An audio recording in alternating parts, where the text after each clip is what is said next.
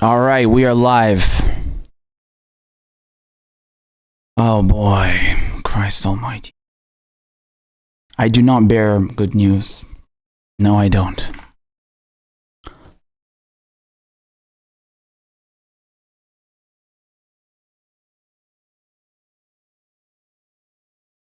This is a pile of... So as you can see from the title of this video, Bernie Sanders has dropped out of the 2020 presidential race. Yeah, this is a disaster. In other words, you could also change the title to Donald Trump wins another 4 years in office, because that's exactly what it means. So let's go live to his speech right now. He's giving just listen. I hate this so much. The path toward victory is virtually impossible. So while we are winning the ideological battle, and while we are winning the support of so many young people and working people throughout the country, I have concluded that this battle for the Democratic nomination will not be successful. And so today, I am announcing the suspension of my campaign. Please know that I do not make this decision lightly. In fact, it has been a very difficult and painful decision. Over the past few weeks, Jane and I, in consultation with top staff and many of our prominent supporters, have made an honest assessment of the prospects for victory. If I believed we had a feasible path to the nomination, I would certainly continue the campaign, but it's just not there. I know that there may be some in our movement who disagree with this decision, who would like us to fight on to the last ballot cast at the Democratic Convention. I understand that position. But as I see the crisis gripping the nation, exacerbated by a president unwilling or unable to provide any kind of credible leadership, and the work that needs to be done to protect people in this most desperate hour, I cannot in good conscience continue to mount a campaign that cannot win and which would interfere with the important work required of all of us in this difficult hour. But let me say this very emphatically. As you all know, we have never been just a campaign. We are a grassroots, multiracial, multi-generational movement which has always believed that real change never comes from the top on down, but always from the bottom on up. We have taken on Wall Street, the insurance companies, the drug companies, the fossil fuel industry, the military-industrial complex, the prison-industrial complex, and the greed of the entire corporate elite. That struggle continues. While this campaign is coming to an end, our movement is not. Dr. Martin Luther King Jr. reminded us that, quote, "The arc of the moral universe is long, but it bends toward justice," end quote. The fight for justice is what our campaign has been about. The fight for justice is what our movement remains about. Today, I congratulate Joe Biden, a very decent man, who I will work with to move our progressive ideas forward. He's still calling him decent! No! And continue to gather delegates. While Vice President Biden will be the nominee, we must continue working to assemble as many delegates as possible at the Democratic Convention, where we will be able to exert significant influence over the party platform and other functions. Then together, standing united, we will go forward to defeat Donald Trump, the most dangerous president in modern American history. And we will fight to elect strong progressives at every level of government, from Congress to the school board. As I hope all of you know, this race has never been about me. I ran for the presidency because I believed that as a president, I could accelerate and institutionalize the progressive changes that we are all building together. And if we keep organizing and fighting, I have no doubt but that is exactly what will happen. While the path may be slower now, we will change this nation, and with like-minded friends around the globe, change the entire world. On a very personal note, speaking for Jane, myself, and our entire family, we will always carry in our hearts the memory of the extraordinary people we have met across this country. We often hear about the beauty of America, and this country is incredibly beautiful. But to me, the beauty I will remember most is in the faces of the people we have met from one corner of this nation to the other. The compassion, love, and decency I have seen in them makes me so hopeful for our future. It also makes me more determined than ever to work to create a nation that reflects those values and lifts up all of our people. Please stay in this fight with me. Let us go forward together. The struggle continues. Thank you all very much.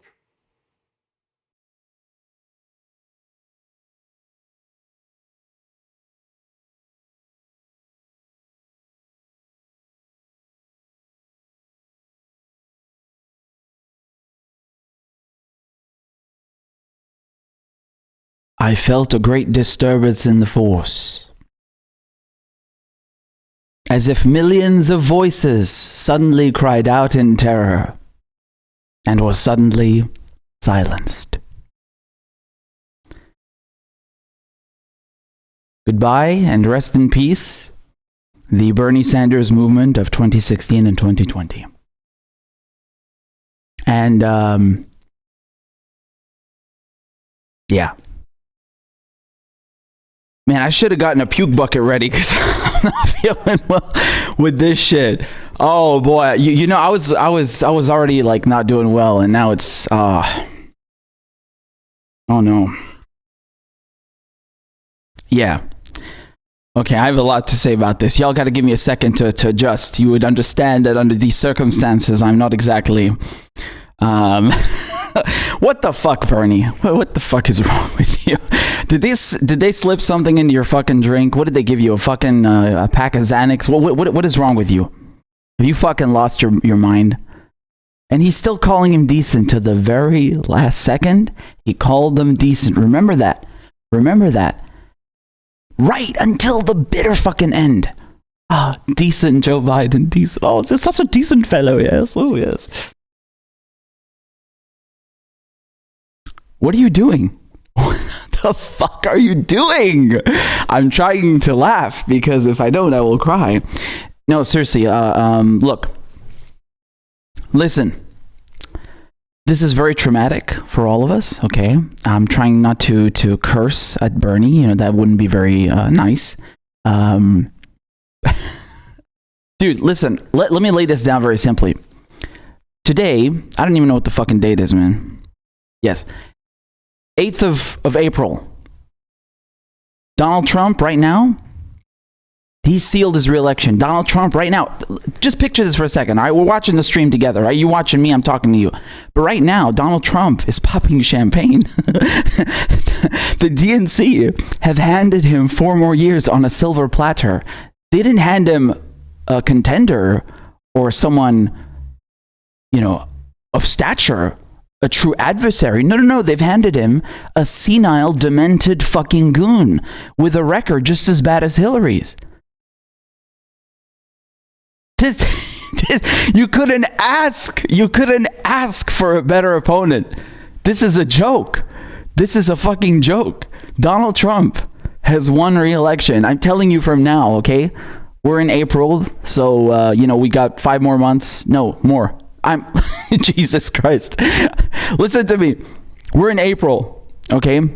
We got half a year until the election. Doesn't matter. You don't have to wait. I'm telling you from now. Donald Trump has won. November 3rd, right? Donald Trump has won re-election. It's over. It's over.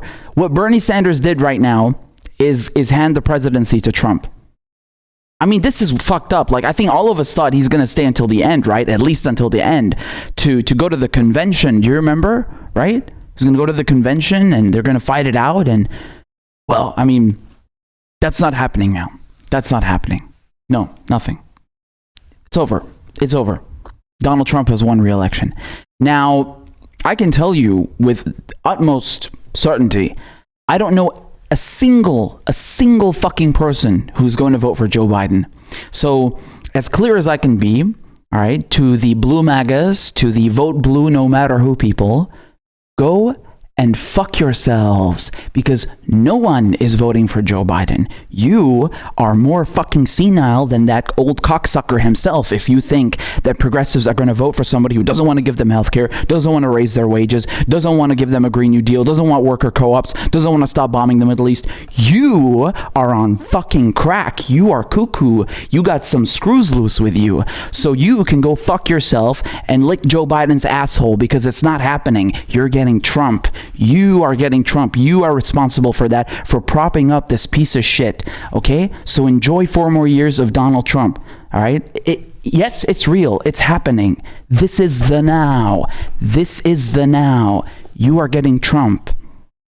And for the establishment, they don't give a fuck.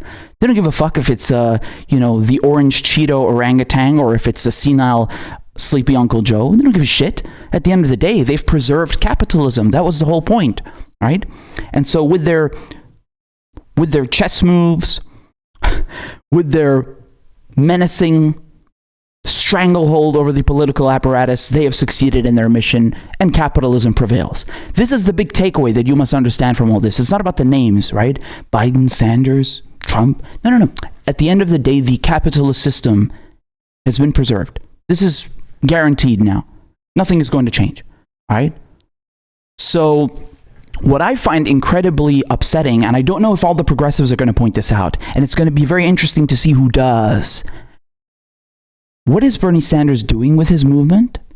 All of these people that he's recruited, the organizers, the people who knocked on doors, the people who did telephone calls, the people who donated, what is he going to do with them? Because you may drop out of the race, but what about all those people? They still need health care. They still need wages. What about them? You're just going to hand them over to Joe Biden, who's going to stick a fucking giant dildo up their asses? What are you doing with them? Why aren't you using them to hold walkouts? Why aren't you using them to do rent strikes in the middle of the coronavirus? Why aren't you doing that? You're no longer in the race now, right? So enough of this, we have to be civil towards each other. And I don't want, Joe Biden is a friend of mine. No. Fuck Joe Biden. Joe Biden is irrelevant now. You're out of the race. Why aren't you using your movement of millions of people for mass mobilization? What's up with that? What's going on? What, March 8th was the end of all of people's struggles? Enlighten me. What are you doing with your fucking movement? You have one of the biggest movements in American political history. What are you going to do? Just put it on the fucking shelf now? What are you doing with it? What were you doing with it? Okay, you're not in the race anymore. Now fucking do something. You could use that movement. No, he's not going to do that either, is he? We already know the answer. Nothing. They've cut Bernie Sanders' balls off, okay, through the establishment. Maybe they blackmailed him. Who the fuck knows? Does it really fucking matter at the end of the day? This is such bullshit. This is really a fucking disappointment indeed.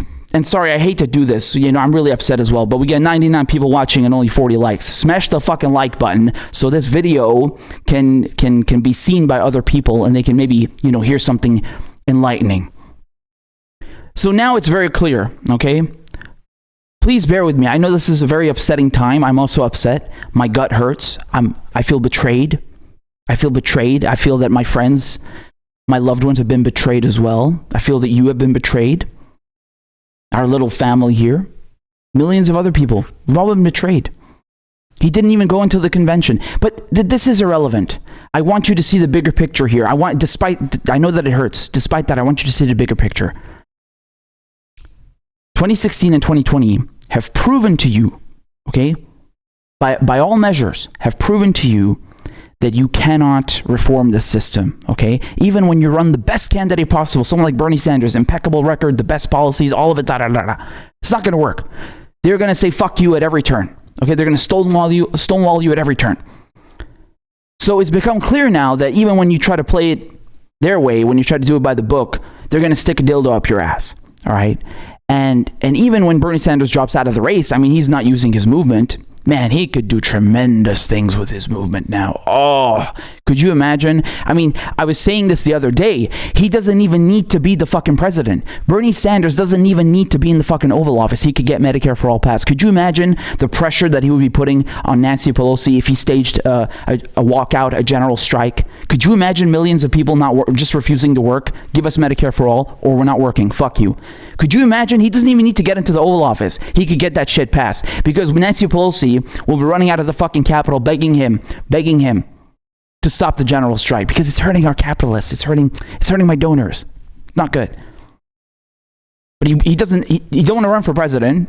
He's giving it to a senile fuck. And last time he gave it to this other war criminal bitch.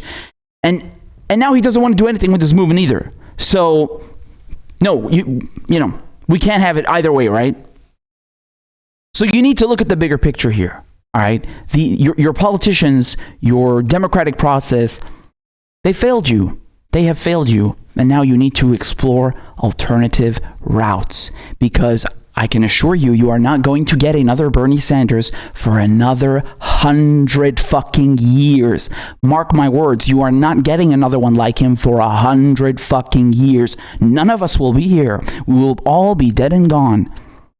And by the way, you still might not have Medicare for all, which is pretty fucking telling about how messed up this whole system is, isn't it?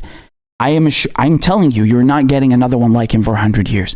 So if you're thinking that, oh, it's not so bad, let's try and be hopeful, you know, maybe we'll elect a few more AOCs. No, you're fucking delusional. You're on crack. All right? Stop that shit. You need mass mobilization. You need workers to stick it to the man, all right, to the capitalists, tell them we're not fucking working for you if you don't give us the basic shit that they have over in Europe, right? The basic shit. We're not even talking about, you know, actually changing the fucking system where you exploit us as workers in a capitalist system. We haven't gotten to that fucking part. We just want healthcare, basic shit. The only way you're getting that is general strikes and walkouts. So forget about Bernie Sanders. He's abandoned the movement for whatever reason. All right. Maybe he's sick and tired of running around the fucking country. Who the fuck knows? Maybe they blackmailed him. Doesn't matter. It's gone. It's gone. I know it hurts. We're going to keep talking about it. Obviously, we're not going to stop talking about it, but it's gone. So you have to look ahead now, and you have to look at something else. And this is just such a fucking disappointment. What a fucking disappointment, man. It really is. It really hurts. I mean, if he had been screwed over at the convention, that's one thing. But this, why today? Why today? Did you see that cocksucker Joe Biden telling people to go vote in Wisconsin? Did you see the fucking lines of people? Did you see that shit? All of them lined up in the fucking hail. And you know, just a breeding ground, a petri dish of coronavirus. And that cocksucker, he comes out today and says, oh, I mean, my gut feeling was to tell people not to vote. You lying piece of shit. Man, I told you this before. As much as I wanted Bernie Sanders in office, you know, as much as I want an American president who doesn't bomb the shit out of my country. Oh, what a dream. An American president doesn't bomb the Middle East? You're kidding. As much as I wanted that, you know, there's a tiny fraction of me, 0.0001%. Which was excited about the prospect of a Biden-Trump runoff. Do you know why? Because it's going to be very entertaining watching Donald Trump. He's going to make mincemeat out of this fuck. And watch how these cocksuckers, the blue MAGAs, the vote blue no matter who, watch how they will, despite all reality, tell you that, oh yeah, Joe Biden, you have to vote for Joe Biden. Vote blue no matter who. The party told us, vote blue no matter who. Go and fuck yourselves, you senile pieces of shit. You got something wrong with you if you think people are going to go and vote for a guy who won't even give them one fucking policy. Name one policy of Bernie Sanders that Joe Biden is offering you. Just one. I dare you. That guy, you can't believe a word that comes out of his mouth. Even if tomorrow morning he copied and pasted Bernie Sanders' website, would you believe him? Would you believe a guy that lies like that? He's still fucking lying. He's saying last week he told people, you know, last week he was telling people in Wisconsin to go vote, and then today he's saying, I never said that. He's just like Trump. He lies just like Trump. We saw that in the debates. There's no fucking difference. This guy's been in Washington for 50 years. He knows the game. You know, he's senile, but he still knows how to lie. That's the Washington, D.C. DNA, right? It gets ingrained in your DNA. You just become a corrupt motherfucker. So that guy is, I mean, is a lost cause. And it's really funny watching all these blue MAGA sheep. They're going to still, despite all reality, tell you, oh, Joe Biden is decent. No, he's better than Trump. You know, we want the blue rapist, not the red rapist, right? Because the blue rapist, he rapes a little less, and he's not so vulgar, so he's a better rapist. You deserve Trump, you really do. Oh, yes, you do. Unfortunately, a huge chunk of the country don't deserve Trump, right? But they're going to get him because of you assholes. Because you can't fucking wake up, you stupid motherfuckers. You're voting for a fucking war criminal. You're voting for a guy who orchestrated the Iraq war. Have you seen pictures of Iraqi children with their fucking legs blown off? Have you sat down? You should be forced to sit down and look at an entire fucking gallery. I want you to do that so you understand who you are trying to put in the White House. You fucking pieces of shit. How fucking dare you tell people to go vote for someone who is actively working against them, who doesn't want to give them healthcare, who takes money from the healthcare lobbyists. Daily, actively going out there to work against working class Americans, doing his best to screw them over. Been doing this for 30 years, putting blacks in jail. Have you read the crime bill? These 3-strike laws? Do you understand what that does to someone to be locked up in fucking jail for 20 years for life over some? You don't understand what Joe Biden has done. You're brainwashed. There's something wrong with you. And now Bernie Sanders is still telling us to the last minute this guy's decent. I mean, this is fucking unbelievable. Couldn't he just drop the act for 1 second? For 1 second. Just for once. You're right. You didn't do it in 2016. You didn't do it the entire 2020. Couldn't you just at the last second tell us that Joe Biden is a fucking piece of shit? Couldn't you just do that? You know, go out with guns blazing. You couldn't do that. You just had to flop over and take it in the ass. Bernie, why'd you do this to us? Oh.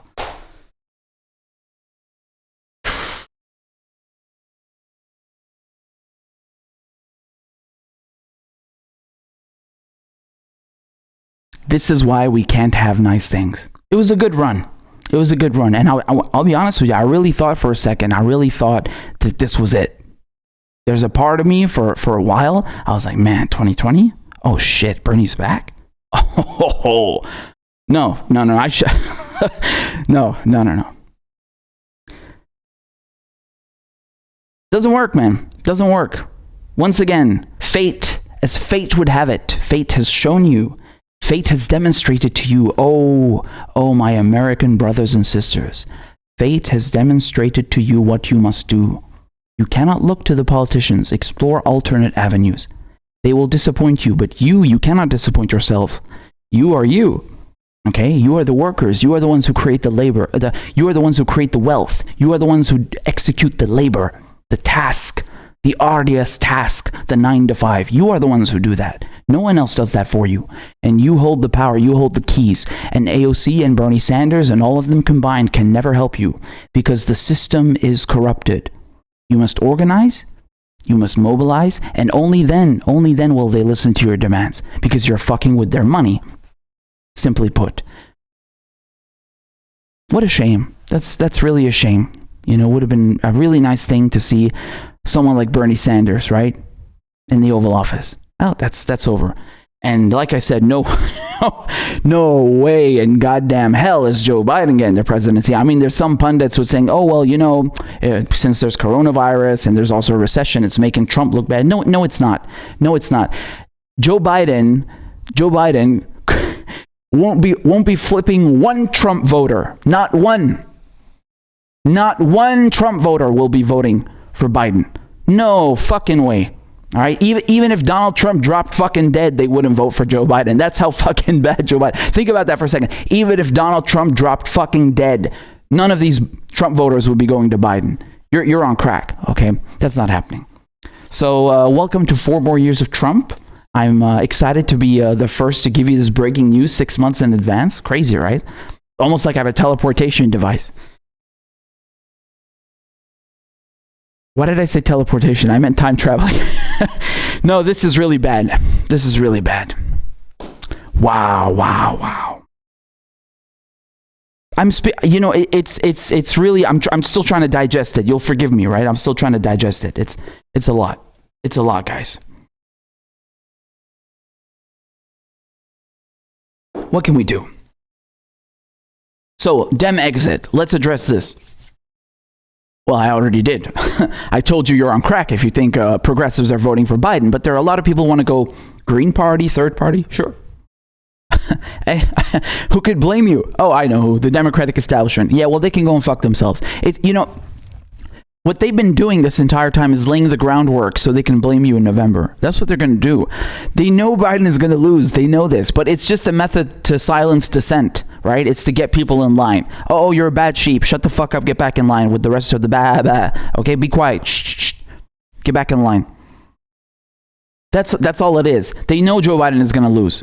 They know this. But they're still going to blame you. I can assure you, even if every single Bernie Sanders supporter went and voted for Joe Biden, he'd still lose and they'd still blame you. So fuck them. You don't owe them your vote. All right, you don't owe them your vote. And by the way, I've heard and I've read and I've seen comments of people saying that they want Bernie, but if Bernie's out of it and it's Trump and Biden, they're voting for Trump. Just think about that for a second. There are progressives, populists, let's say, because that's what it's all about in the end. There are voters who want to vote for Bernie, but they will actually vote for Trump if it's Trump versus Biden. That's how bad Biden is. That's how terrible Biden is. Think about that for a second. This fucking orangutan is better than Joe Biden. I mean, Jesus Christ. What is wrong with you people? Have you fucking lost your minds? I mean, I just want to highlight something. The Democratic establishment, the DNC, they disrespect you so much. They think so little of you, the American voter, that they don't even care to prop up someone who's got a functioning brain like Hillary Clinton. No. This time it's like they just took the spam and the scraps. They put together a Frankenstein called Joe Biden. All right. Yes, he'll do, oh boy, he'll do. Yes, put him on the assembly line. He's good to go. That's how much they respect you. They think so little of you. They think you're so fucking dumb and insignificant that you'll get in line for Joe Biden. Oh, they got another thing coming, man. But it doesn't matter. Like I said, man, you got to see the bigger picture. You don't fall into this trap of like, oh, you got the DNC. Well, I went to the right. They're both on the right. You got the DNC and you got the RNC, and they're two separate things. No. The capitalist machine, the capitalist system stays the same. They won. The capitalists won. This is just like in the 30s, FDR, what did he do? What did he do after he got Social Security passed and the federal jobs program? It was like, these communists and socialists, they're kind of worrisome. I got to deal with them. So I'm going to absorb them into my movement. I'm going to make them governors. I'm going to put them in nice, comfy positions and, get rid of the leadership and shut them the fuck up. And it worked. And he preserved capitalism. That's the goal. And right now, we're at the same stage. They preserved capitalism. That's it. They won. There we go. Hey, we got a $20 super chat from none other than my man Carlos. Thank you very much, Carlos. Says, we are officially in the Twilight Zone, Poppy. Yes, we are. This has been a wild ride. This has been a wild ride indeed, and it is the Twilight Zone. Oh, yes. Hey, we got another $15 in the super chat from Jeffrey Long. Thank you so much, Jeffrey. He says, bless you, Poppy, keeping it real. Bless you guys as well. Thank you for these lovely super chats. And I'm seeing we got 125 people watching. I don't know if all of you are subscribed, but if you are not, please subscribe because I said so. No, I'm serious. Just fucking subscribe for progressive news, all right? We're doing it real over here. We're doing it real. Oh, man, this is a lot to process. This is a lot to process indeed. You know what's disgusting? You know what bothers me even more than Bernie Sanders dropping out? Is for the next 6 months, all you're going to hear is these Looney Tunes, these cuckoo Democratic Party hacks telling you that you have to vote for Joe Biden, vote blue no matter who. They're out of it. They're nuts. They're absolutely, they're going to ram him down your fucking throat. Man, you got another thing coming because there are a lot of people who are angry. They're really angry that you're insulting their intelligence because not only are you making sure that the only decent candidate, Bernie Sanders, doesn't get a shot, but on top of it, you're offering them scrap. You're offering them spam. You're offering them a senile fuck called Joe Biden. You're insulting their intelligence, and that's making them angry. And you know what they're going to do? They're going to go and vote for Trump just to spite you. Yes? Yes, I've seen these comments. I've heard these comments. This is fucking real. That's how much you are insulting their intelligence. Not to mention, that there is no difference in policy. People are not stupid. They're not voting for Trump because they have nothing better to do. It's because you're not giving them any policies, and on top of it, you're insulting their intelligence. So it's kind of a double whammy. You're kind of putting two dildos up their asses and then expecting them to get in line. Yeah, it's not happening. But yeah, the big takeaway here is you got to stop relying. This is what I was trying to say the other day in my other video, right? It's not about Bernie Sanders, okay? Listen, for all his faults, okay, for all of the things that we can look at and say, oh, Bernie should have done this differently or that differently, at the end of the day, he's still better than all these other cocksuckers in Washington, D.C., right? Let's make no mistake here, all right? Let's not kid ourselves. Bernie Sanders, despite everything, is better than 99.9% of all of them in Washington, D.C. Nonetheless, here comes the important part. Are you listening?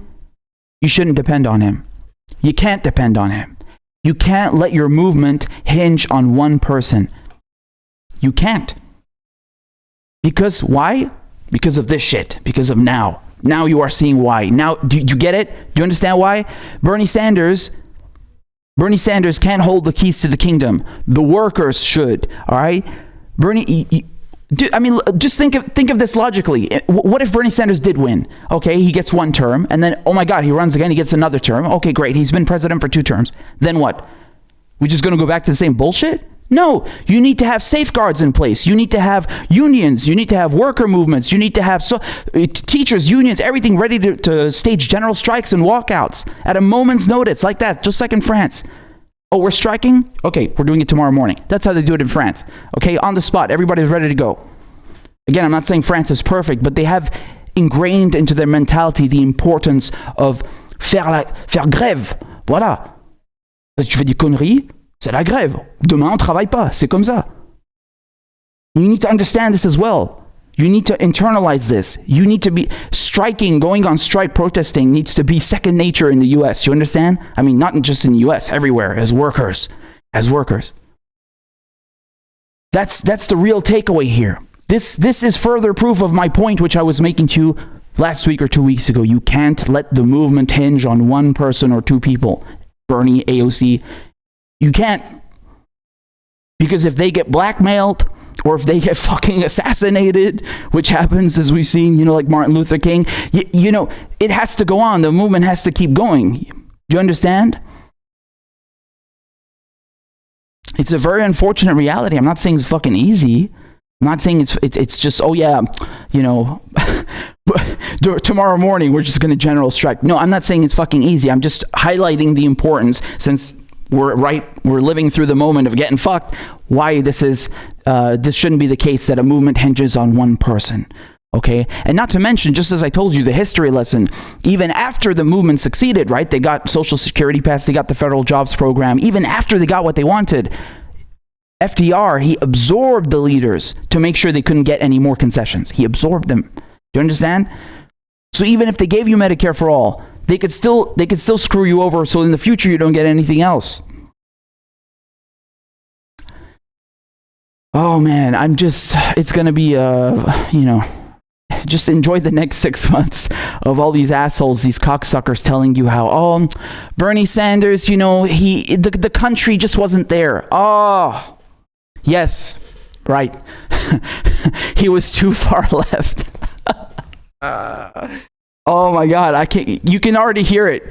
The Chris Hayes and the Rachel Maddows and all the scumbags say, Bernie, he had a good run, but the country just wasn't there. It was too far left. You fucking assholes. You fucking pieces of shit. You know what is funny? I can assure you Tucker Carlson is going to do a blazing segment on this. He's going to be like, well, the DNC got what they wanted. They screwed Bernie Sanders out of another nomination. I can bet you Trump is tweeting about it right now. And he's right on the money.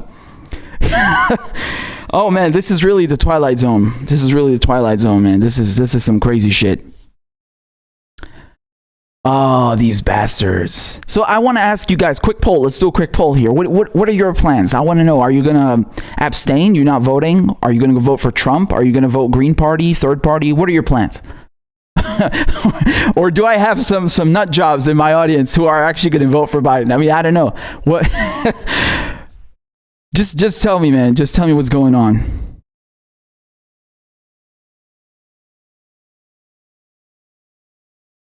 What do you mean Jimmy's lost his guy? Well, I don't know what Jimmy Dore is saying. I'm saying my stuff. Okay, listen to me. We're talking about.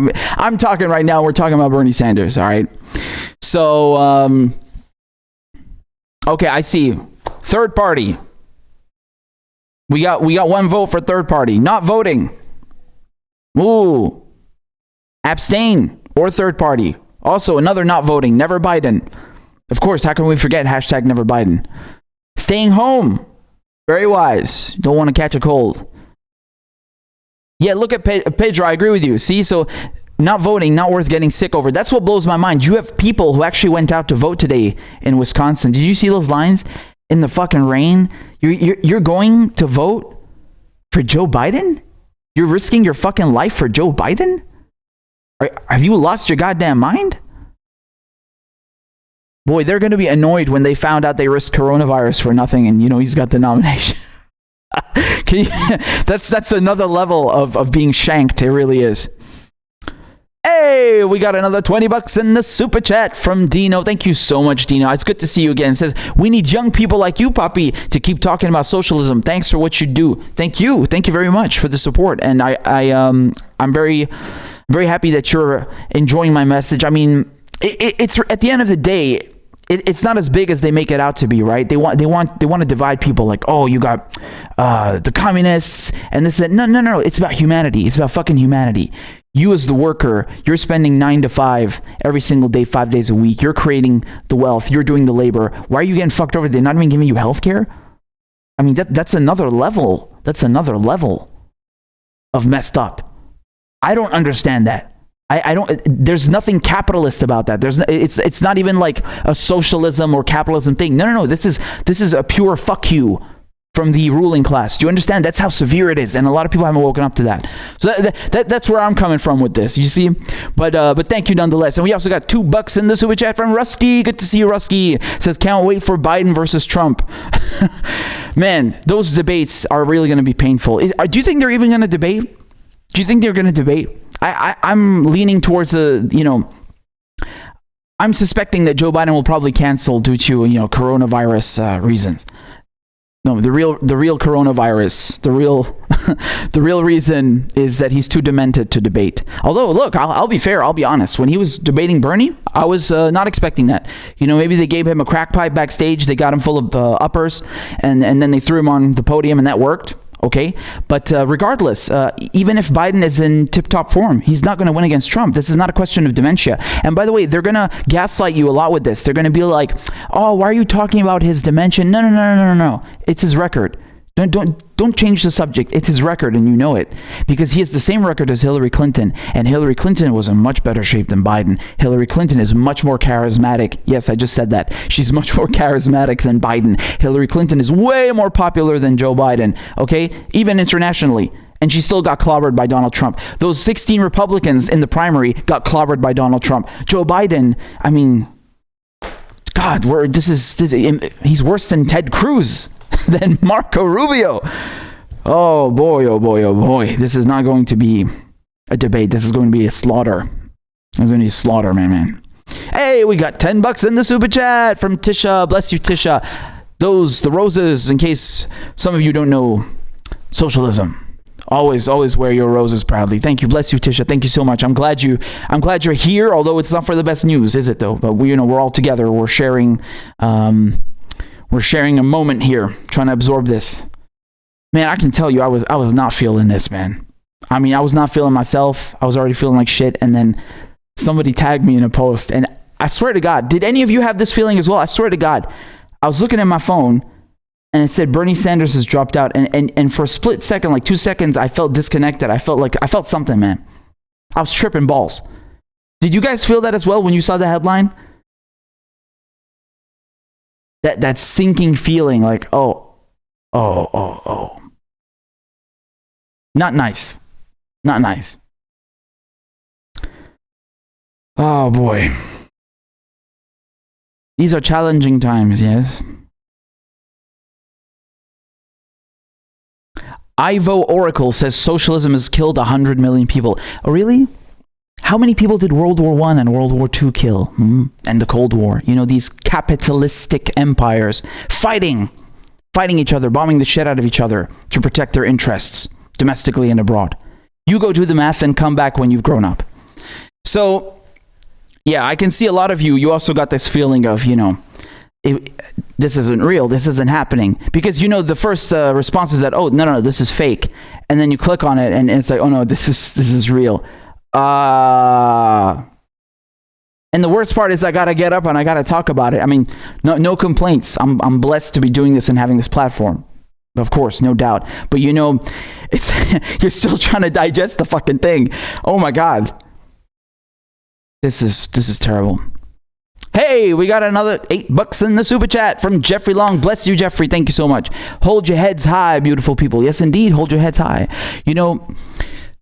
Like I said, we have to weigh this now with what we have to think about going forward. Okay, that's how you have to look at this. How you have to weigh the situation, because, like I told you, even if Bernie Sanders won, even if Bernie Sanders became president in November, and even if he won a second term, what are you going to do after that? How do you know that things won't go back to before?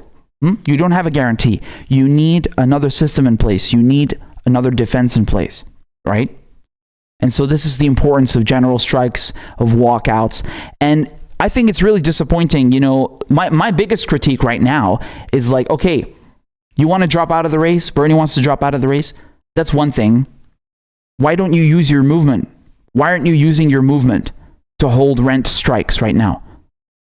You could who has a bigger following than Bernie Sanders? Nobody does. Why isn't he using that movement to do something like that? Wouldn't that be helpful? Like, it's not an insult. It's not an insult. It's a valid question. You have the power to mobilize people. Use it. Fine, you don't want to run. Fuck it. But use your power to do something. I don't know. You don't even have to get people out of their houses to hold a rent strike. It's one example. Just one pleasant example. Okay? One simple example. Hey, we got another $5 in the super chat from Rosemary. Thank you. Bless you for the support. I really appreciate it. Thank you so much, Rosemary. So, guys, I mean, this is, again, I reiterate, Bernie Sanders, he wants to drop out of the presidential race. Maybe he's being blackmailed. Who knows? Maybe he's being blackmailed. Is that beyond the realm of possibility? Of course not. Actually, it's very possible. Who knows?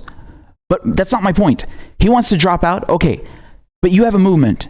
You have millions of people who follow you, who donate to you, who canvass for you, who phone banked for you, who knocked on doors for you. Really avid supporters. You built that grassroots movement 4 years ago, not just now. It's even bigger now than it was 4 years ago. You could still use it. You could still use it to do things. Mass mobilization, general strikes. What's up with that? In my opinion, that's even more valuable. That's even more valuable right now during this coronavirus crisis than getting the nomination. Now, of course, no one is arguing that getting the nomination is more valuable. Yes, obviously. Okay, being president, you have executive I was going to use that Trump term, executive privilege, which I don't know what that means. He will be leading the executive branch, okay, which wields enormous power. That's not my point. I'm not talking about after November. I'm saying right now. Right now. I think it's a valid question. But this is very upsetting. This is very upsetting. I mean, I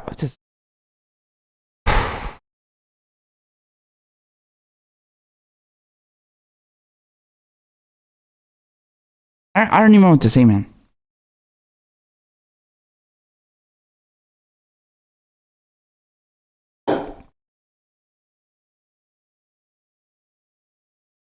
Where is Nina Turner? Good question. But the thing is, it's not about Nina. It's not about any other leader. Like I just told you, like I've said, and I've repeated many times, you have to have the power of the workers in mind. This is what they really fear. This is what they really fear, because with this you can effectuate change. I don't know. You can call it whatever you like. I just think that, having the entire movement hinge on one person or a few people is dangerous. Case in point. You're living through it right now. So yeah, it is a very big letdown. And has Bernie Sanders endorsed Joe Biden? I don't think he did in this clip, but he, de facto endorsed him by dropping out, obviously. And he said, oh, Joe Biden is a decent man. I mean, he's basically endorsing him. Man. This is really, really disappointing. And I hope I don't have to. I hope I don't have to see people like Nina Turner and Sean King and Brianna Joy Gray. That's her name, right? And well, definitely not Susan Sarandon. But who else? Who else we got on Bernie surrogates, man? I'm blacking out right for a second. My mind is blanking right now. But my point is, I hope I don't have to watch surrogates of Bernie Sanders' movement going around telling you now that, oh, Joe Biden is, the better alternative to Trump, and you should go and vote for Joe Biden in November. You guys know that is not true. You know that's not true. Don't do that to us. Don't say that shit. We both know that's not true. Don't do us like that. Man, look, I'm telling you, I saw from the comments right here, and I'm telling you from my friends, and I'm telling you from my following. They're not voting for Biden. Not happening. You're cuckoo. You're nuts. Oh, man. Joe Biden. Look how little they think of you. The peasants have bought. Just give them whatever kind of scrap you find in the old yard, yeah? That'll do. We've whipped them into shape in 2016. Yes, we'll do it again. The sheep are more in line this time. They won't ask too many questions. Yeah, give them Biden. Biden is senile. He's controllable. That's how little they respect you. That's how little they think of you. They didn't even bother giving you an alternative. A worthy alternative. No, not even one policy. And another point that I just remembered, which is really, it has to be raised.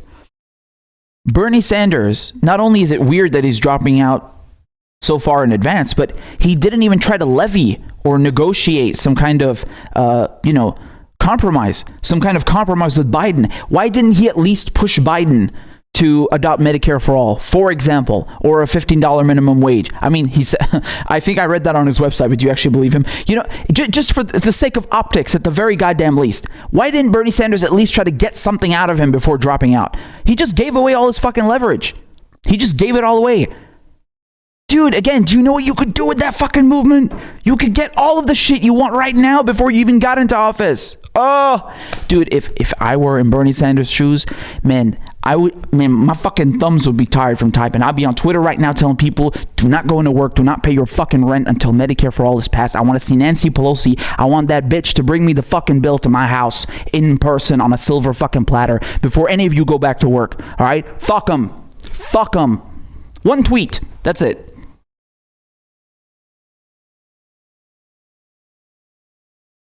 What, like, you're trying to be civil? You're trying to negotiate with these people who treat you like fucking animals? Who won't even give you healthcare? You should be going at them with fucking pitchforks, man. What is your Second Amendment for? Oops, I didn't say it.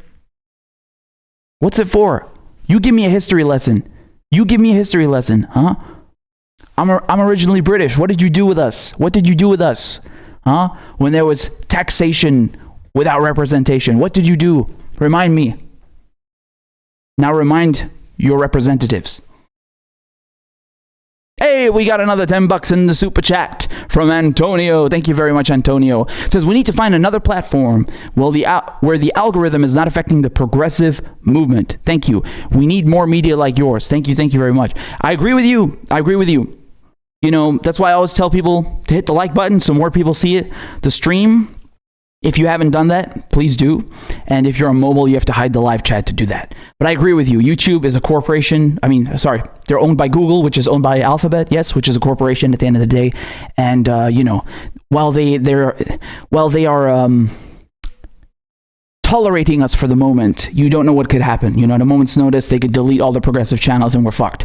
So yeah, you know, there's going to come a time where we have to go somewhere else. That's for sure. And it has to be, you know, in the near future, in the next couple of years, definitely. And all the progressive channels need to agree on this and do it at the same time. Otherwise, it's not going to work, and you're just going to be owned by the corporations at the end of the day. We can't have that. So I agree with you, and thank you for the super chat. So, you know,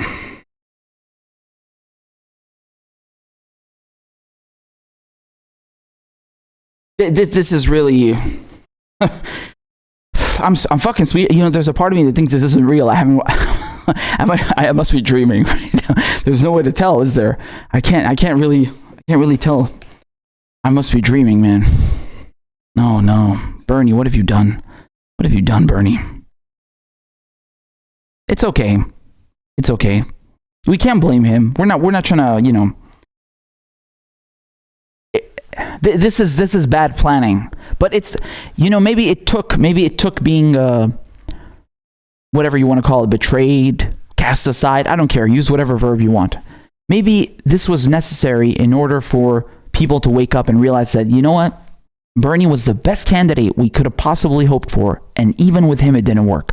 So obviously, this route is not working. We need another route. And I'm hoping that, you know, people do find an alternate route that works for them and works for working class people, that helps them. Because there are injustices being committed, I mean, on a scale that is truly mind-boggling, that is staggering. I mean, you're not even being given basic shit like a fucking minimum wage or healthcare that is normal in Canada or, you know, other Western European countries. I mean, it's really insulting. At this point, it's like, what? Well, hold on a second. Something's up here. You know, not to mention we haven't even addressed the other issues, right? And there's a plethora of them. There's more than enough. So there's something up here. There really is. Sam says Shahid must win. Yes, I love Shahid. By the way, he followed me on Twitter, which I'm very honored, and I hope to get him on the show. So you know, I'm waiting until we hit like 10,000 subscribers, inshallah, God willing, and then you know, I'll try to ask him on. So you know, we look a bit more reputable. Oh wow, this guy has 10K subscribers. Must be important. You know, then we'll get him on, and yeah. And then obviously when we do that, you know, I will be asking you guys to give me questions to ask him, because I don't want this to just be like, oh, controlled, like, you know, it's just stuff coming from me. No, let's all ask him some stuff. And I want to ask, you know, anybody. I better be quiet though. Maybe he's watching right now. I don't want to scare him off. No, but this, you know, Shahid is a great guy, and he needs to win to dethrone this Nancy Pelosi, right? Because I mean, wow, I think she's had enough time. I think she's had enough time in government. I think it's time for some, you know, some real progressives. But nonetheless, once again, don't let your movement hinge on a few people. Remember this. I think this is the big lesson to be learned here. And it's really unfortunate just thinking about how they're going to ram rather. It's really unfortunate thinking about how they're going to ram Joe Biden down your throats for the next 6 months. I mean, God, Bernie, couldn't you have at least waited to the convention in July so we'd have a few more months of peace, you know, before it's full on, you have to vote blue, you have to vote Joe Biden. Oh, God. now we have to have even more months, right? So, God help you guys, really. I mean, God help us all. This is a fucking disaster.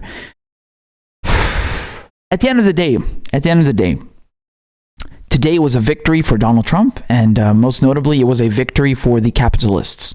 Because no matter the outcome, right, even if Joe Biden wins by some miracle, the system remains the same. The workers will be continued. They will continue to treat the workers like dirt, right? They will continue to implement systemic racism. They will continue bombing the Middle East. They will continue oppressing workers domestically and internationally and abroad. This is certain. That much is clear. Doesn't matter who wins. The outcome is the same. If you are a large shareholder, if you are a 1%er, if you own means of production, you have factories, you have companies, You are in the 1/10 of 1%. You are running the show. Today means nothing has changed.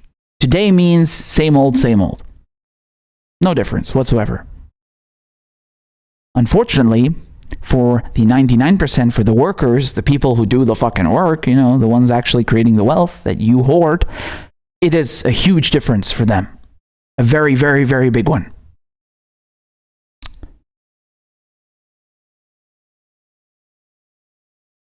It's heartbreaking, really is.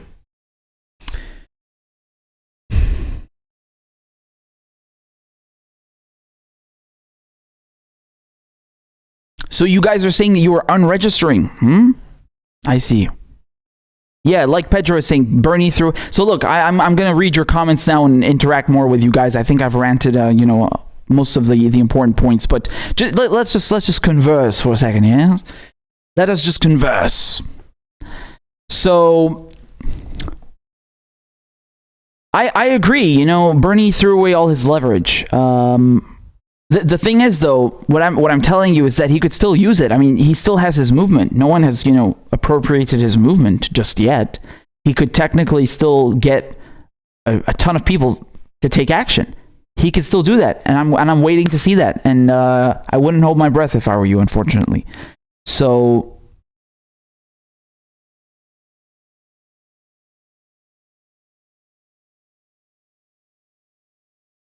yeah, look, just like Audie Presley is saying, effectively, what I'm trying to tell you, putting faith in leaders is futile. FDR got so much populist legislation enacted because mass strikes and protests forced him to. There you go. That's it. That's the one sentence everybody needs to remember. Okay? You're not getting. That's it. Yeah, I mean, Musique is telling me, Musique et Vie is saying that we New Yorkers haven't even voted yet. Fuck. That's another point that I wanted to address, but I mean, it still doesn't change anything I said. But nonetheless, you have people. Okay, I mean, I've been ranting for an hour. I don't even know how I'm gonna cut this fucking video. I might as well just leave the live stream up. I mean, I'm not gonna. It hurts. But as you're saying, New Yorkers haven't even voted yet. I mean, how many states are there left? At least some, like 25 states? I don't know, man. Like half of the fucking nation hasn't even voted yet. And, the election, they just threw it away. There it is. By the way, this is just another reason among many others, why you need to have your primaries on the same day. Okay? Look, somebody stripped you of your democratic right. Doesn't that suck? It sucks. There you go. Fuzz the Fair says the email list will just collect dust. Yeah, so I remember the DNC, they tried to get Bernie Sanders' email list. And he told them no after 2016. Thank God. But that unfortunately, I think you're right. It's just going to collect dust. And that's just sad, man. That's just sad. We need to find a new way. We need to find a new way. This can't stop now. This can't stop. This right now, what's happening right now should be like a kick in the ass. It should be like somebody prodding you, trying to wake you up. It's like, yo, you've been looking at the wrong thing, man. You've been staring at that thing for too long. Wake up. This is the real solution. Over here. Come on. You have nothing to lose but your chains. Literally. Okay? That's what today means. That's the main takeaway. You know what's messed up? I hate to say this, but, I don't want to self-censor either.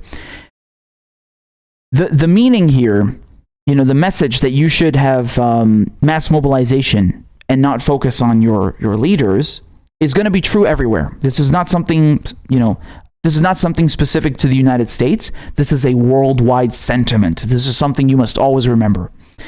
Nonetheless, I think it is even more true in the United States because the democratic process is a joke. I mean, even if Bernie Sanders were to stay all the way to the end, like he did last time, they'll just rig it. So like no matter what you do, you're screwed. Even if Bernie Sanders stayed into the end, you did this. You tried this experiment. It's not even a hypothetical. It's a given fact. I can testify. I can show you Bernie Sanders. I can show you a scenario where Bernie Sanders stayed into the end and still didn't get the nomination. They screwed him out of it. So, this makes no difference. This just further proves that you can't rely on somebody winning the presidency. Do you understand? If anything, I feel like a fucking time traveler here. Yo, look at 2016, and I'm telling you it's going to happen in November in 2020. Oh, man.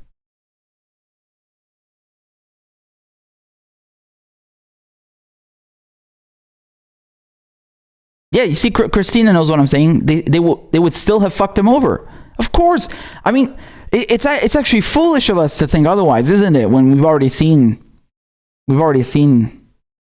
this unfold before us. But people can't blame them, man.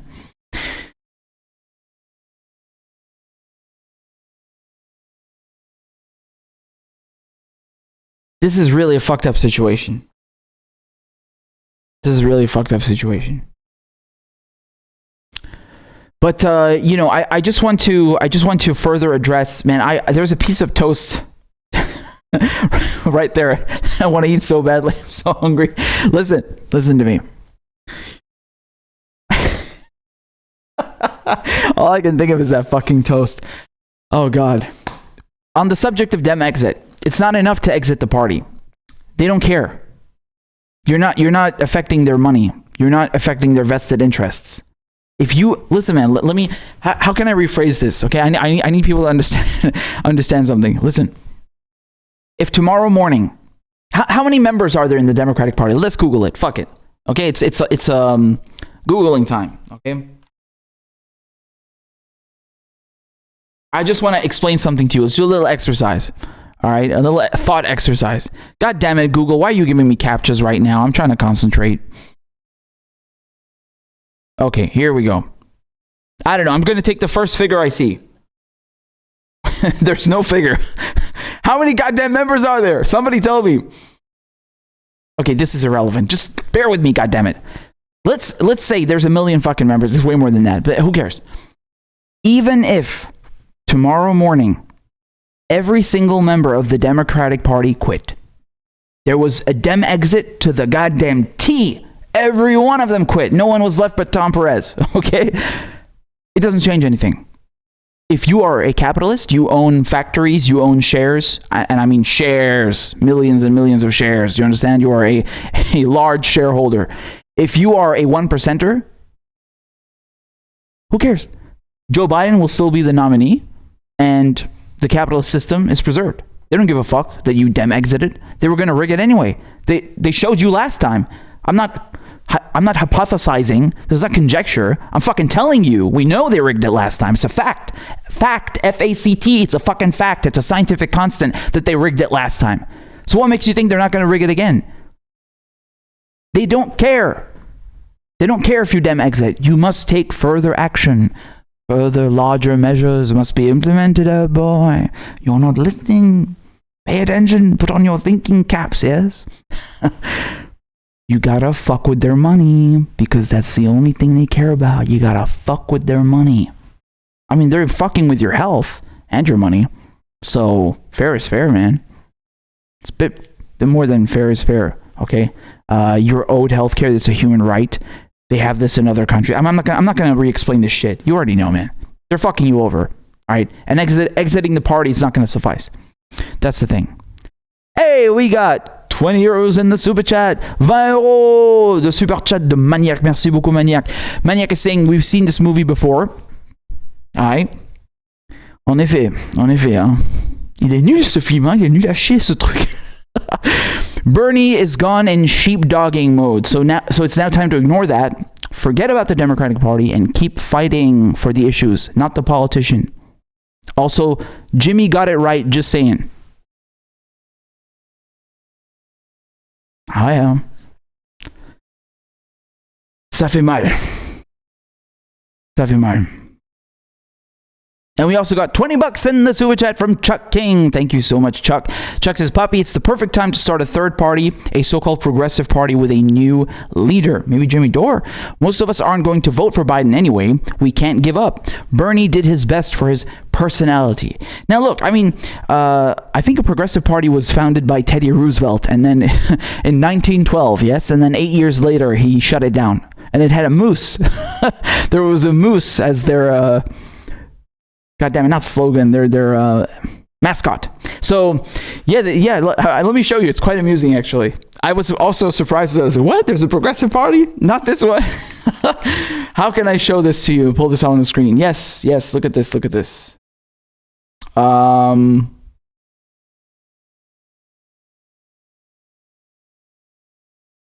Let me pull up my browser. Can you see my browser? There we go. Wonderful. So, look at the Progressive Party. That's their fucking emblem, man. It's a moose. Isn't that hilarious? You had a goddamn moose. So, I don't think that's exactly the same party you're talking about, but, the thing that I keep saying is that, look, even if you're going to start a third party or a progressive party, as you say, I mean, sure, that's one option, but you still don't control the media, right? And the media is what really controls the people, because, I mean, they're going to discredit you, they're going to smear you, they're going to talk crap about you, they're going to call you communist, whatever, we already know this, the drill. So if you don't control the narrative, or if you don't at least have an honest narrative, I'm not even saying you should control it, but if you don't even have an honest narrative, you're still going to be screwed. So you need a new party and you need new media. But nonetheless, you still need mass mobilization. You need it. You need going on strike. You need protesting to become part of the American mentality, right? You need this to become part of the American psyche. You understand? It has to be ingrained in the culture, just like it is in France. So this is really important, because people, they've been brainwashed into submission. It's a bit foreign to them. What's a general strike? A walkout? Huh? But look, you see pockets of it, like Chris Smalls at Amazon. And what did they do as soon as he staged that little walkout? How many people walked out, man? I don't know what it was. 10 people, 20 people, 50? They fired his ass. You know why? Because that shit works. They can't have disobedience. You're going to make Jeff Bezos give you protective equipment? How dare you, you peasant? Off you go. That's the mentality. So even if you have a new party, even if you have new media, you still need to have worker movements. That's really, like, people are looking at this from they're looking at the top. They want Bernie Sanders as president, right at the top. But this would be much more effective if you start from the ground up, from the workers. That's the message here. All right. So,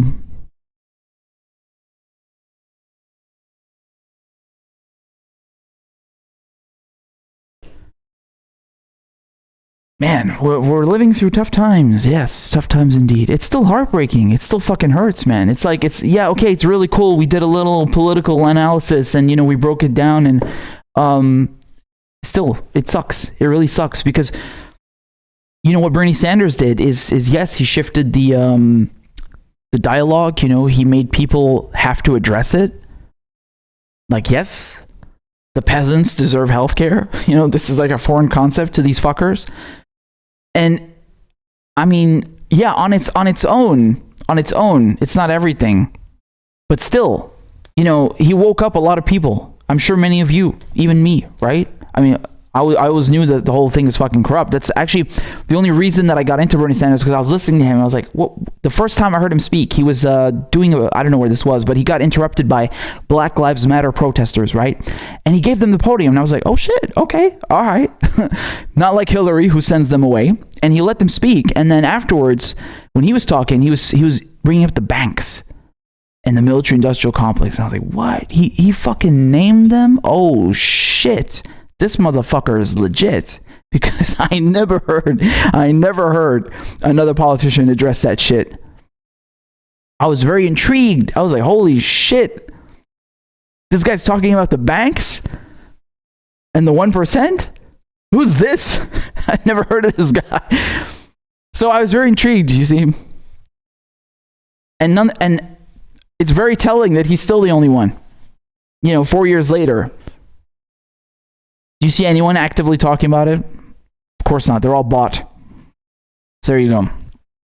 Hey, we got $20 in the super chat again from my man Chuck King. Bless you, Chuck. He says, I agree, Poppy, we can do both at the same time, right? Hell yes, we can. Yes, of course. That's my point. We have to do both at the same time. We have to, all three at the same time, if you will.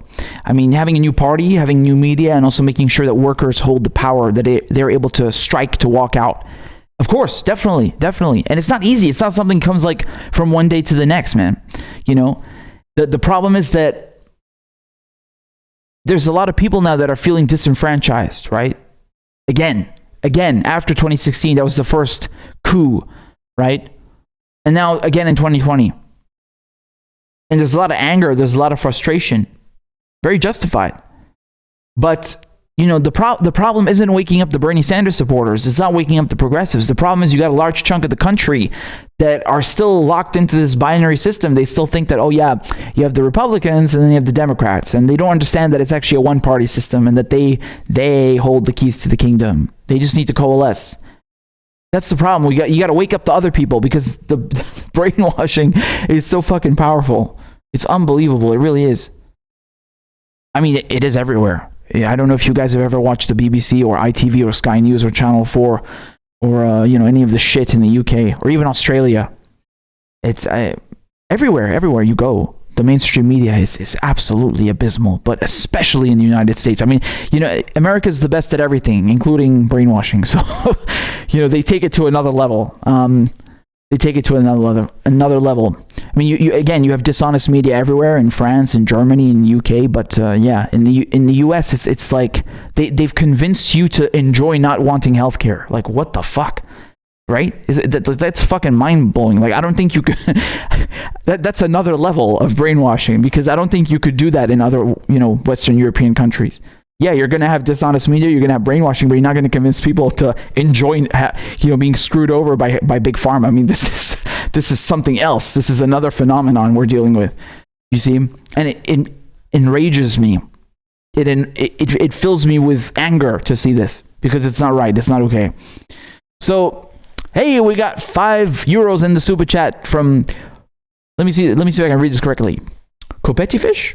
I hope that was correct. But thank you very much. Says, keep it up, buddy. Greetings from Germany. Thank you very much. Dankeschön. Vielen Dank. And we got $2 in the super chat from Steph. I was about to read your whole name, and then I was like, oh, wait, it's Steph. Thank God you changed your profile pic. Thank you for the super chat. I really appreciate the sticker. But you guys are awesome. And this is a really shitty time, man. This is a shitty bunch of news. Oh boy. It's okay, man. It's okay. We get through it. All right? We get through it. And we'll find another way. I think there's what's relieving about this. There is one aspect that's a bit like the silver lining. Besides watching Donald Trump make mincemeat out of Joe Biden. Also, please, can we watch the debates together? We did that already with Bernie and Biden, but I'd love to watch all of the debates together. If there are going to be any debates, there fucking better be. And that's going to be very, very amusing. Again, not that we support Trump, but it's just like, an orangutan against a senile. I was about to say dingus, and I was like, that's too soft. No, it's going to be entertaining, so I hope we watch them together. And we will be together live on election night. You can fucking bet, man. I'm going to have a whole goddamn desk full of drinks and shit. And, we're going to get through this. But the other silver lining about this is that there's no illusions anymore. And I really hope people understand this. I don't want you to have any illusions anymore about, reform. And this is the age-old question. And I'm sure if there are any of you among my benevolent audience, my lovely following, who are also consumers of Professor Dr. Richard Wolff's Democracy at Work, you will also realize that, this is the age-old question among the socialists, among the left: reform or revolution? Because at the end of the day, they agree on a lot of things, but there's also a big disparity on how to get there. Right? There's some people think that, we can still have a free market, or we can have a mixed economy, but we have to have protections in place. You can still own a private business, but we got to have some protections in place for the workers. We don't want to go too wild. Okay, reform, right? like Bernie Sanders. We'll tax the wealth a bit. We'll tax the wealth of it?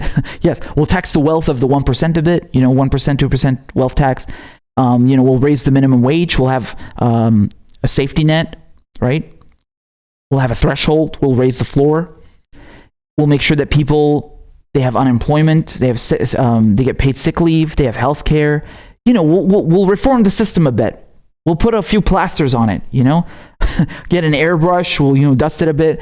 It's still capitalism. It's still you getting exploited from 9 to 5, 5 days a week, 365 days a year. Well, we'll give you a few days off. But, we fixed it up a bit. And then there are other people like, man, I really like your efforts, and I think this is a noble endeavor, what you are undertaking. But at the end of the day, the place, the lieu where people spend their life, the majority of their lives, the 9 to 5, 5 days a week, they're getting exploited. They're getting ripped off. They're getting ripped off. By definition, they're not being paid their worth. Otherwise, they can't be hired. Why would an employer pay you your worth? Doesn't make him any money. So we really appreciate what you're trying to do, but we don't like this system. So we're not having that. And we want to go further. We don't trust the capitalists. We don't trust private people. I mean, it's so funny in the United States how they've made corporations people. Like, this always blew my fucking mind. Citizens United and Buckley versus Vallejo. Like, money is speech and corporations are people. When I was a kid, let me tell you a story, man. Let me tell you a story. When was this? This was 2005. Oh, Lord, what a good summer that was. That was fun. That was really fun. But yeah, I've been woke about a lot of shit. I was 11, 12, something like that. And there's a DVD. What was the name of that DVD? There's an orange man on the cover. It's a white cover, and then there's a silhouette of a man in orange. And I'll get you the name I'll get you the name for it. But it was about how corporations are people. And I was looking at this DVD, I was like, what the fuck does that even mean? How? And I put the DVD in and I watched the whole thing and I didn't understand a fucking word. I didn't understand what they're talking about. How is a corporation a person? And it's really a mindfuck. It's really a mindfuck. And of course, even now it's still a mindfuck. But this is the beauty of American law, right? You can bend it to your will if you have enough money and resources, and then get away with murder, literally. So. And that's also the same time Fahrenheit 9/11 came out from Michael Moore, and that was also a very mind-blowing one. I mean, okay, you can argue now that Michael Moore is too mainstream, sure, but still, that's an important piece to watch. And this is also, I don't know if you guys, most of you probably know the modern Alex Jones, the Trump supporter ripping off the shirt in the studio and running crazy and selling you a toothpaste that kills coronavirus. That's the Alex Jones But I saw Alex Jones back then, okay, because he's been doing this for a long time, and back then he was much more calm, okay. He was anti-government. He was trying to tell you that, you gotta be careful. Actually, his voice wasn't that raspy back then, but he was trying to tell you, the government is paying for jihadists. They're doing false flag operations. They did 9/11. Some of the shit he was saying was correct. It was very conspiracy theories. Well, I mean, not theories, all of them. Some of them are true, and very anti-government. And for me, when I saw that he's buddies with Trump, I was like, well, wait a second. I remember you. You were saying the government is bad, that they're doing all of this crazy shit, and now you're friends with the fucking president? What? Anyway, so I remember seeing him back then as well, I mean, he was considered a crackpot back then, but now it's even more. So, I don't know what my original point was. But there you go. So here we go. Hey, we got another $10 in the super chat from Elijah. Thank you so much, Elijah. It says, stay strong, don't let up, man. Tried to add you on Instagram. I'm open to setting up an interview with you on my channel covering some topics. I can send the questions to you in advance. Okay, can do. Actually, I stopped using Instagram now that I'm doing the politics stuff. I'm more on Twitter. It's a bit weird for me. And it was quite funny because I made the account in July, so I'm new to Twitter. I haven't even been there a year. And people calling me a Russian bot. No, I can assure you I'm not, although I wish I was a bot and I wasn't sentient, but I'm not much on Instagram, but I'll link up with you, man. I appreciate the super chat. Thank you very much. And hold on, I'm just going to read your comments real quick. Yeah. So some of you remember the Resistance version of Alex Jones. That guy was really fucking hilarious. But basically, I don't even know what my original point was. Yeah, this shit with like corporations are people. I mean, this is wow.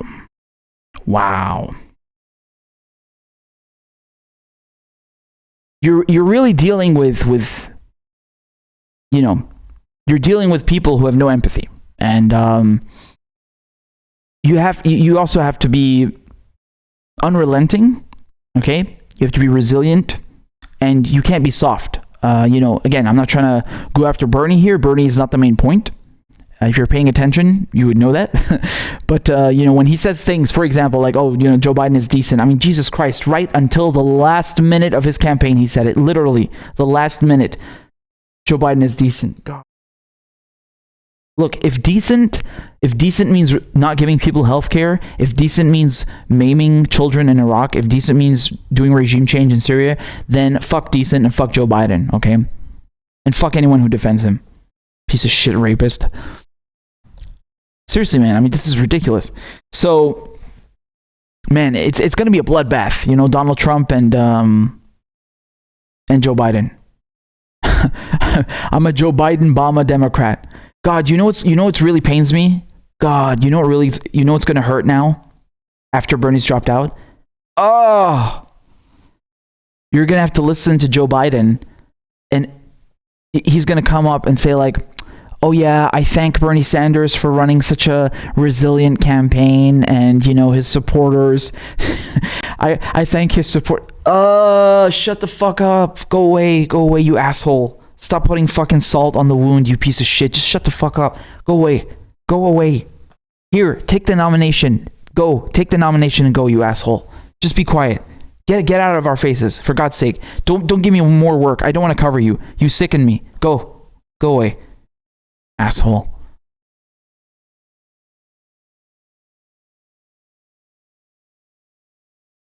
And you have all these cocksuckers, these talking heads on MSNBC and MSNDNC and MSNBS telling you that, this shows that even though Bernie Sanders tried twice, they're going to use it as a testament. Not that, we rigged it and we spent all of our fucking airtime on propping up Joe Biden and giving him hundreds of millions of dollars worth of airtime, and we actively screwed over Bernie Sanders and pulled a media blackout on him and fired journalists who covered him and made sure that we brought on people who don't even have any fucking political analysis to offer whatsoever and say Bernie Sanders makes my skin crawl. You fucking lying cocksuckers. No, they're not going to tell you that. They're going to say, Bernie Sanders tried to run twice, and I think this is a testament that the country just isn't there yet. They're just not far enough left towards where Bernie Sanders is. So, it's good that we're back in the center, and now Joe Biden is a decent man. He's a blue rapist, not a red rapist. So let's all vote for him, and, we're just going to pretend that Donald Trump is not going to crush Biden in a fucking landslide in November. Is that good enough for you? God bless the troops. Get ready for 6 months of that.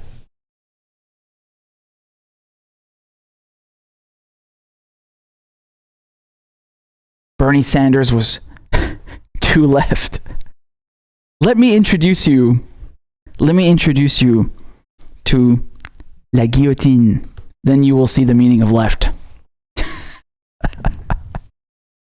These stupid assholes. Bernie is too far. Man, Bernie is barely a fucking centrist, okay, in Europe. Bernie Sanders would be the most unremarkable politician in Europe. I'm not even kidding.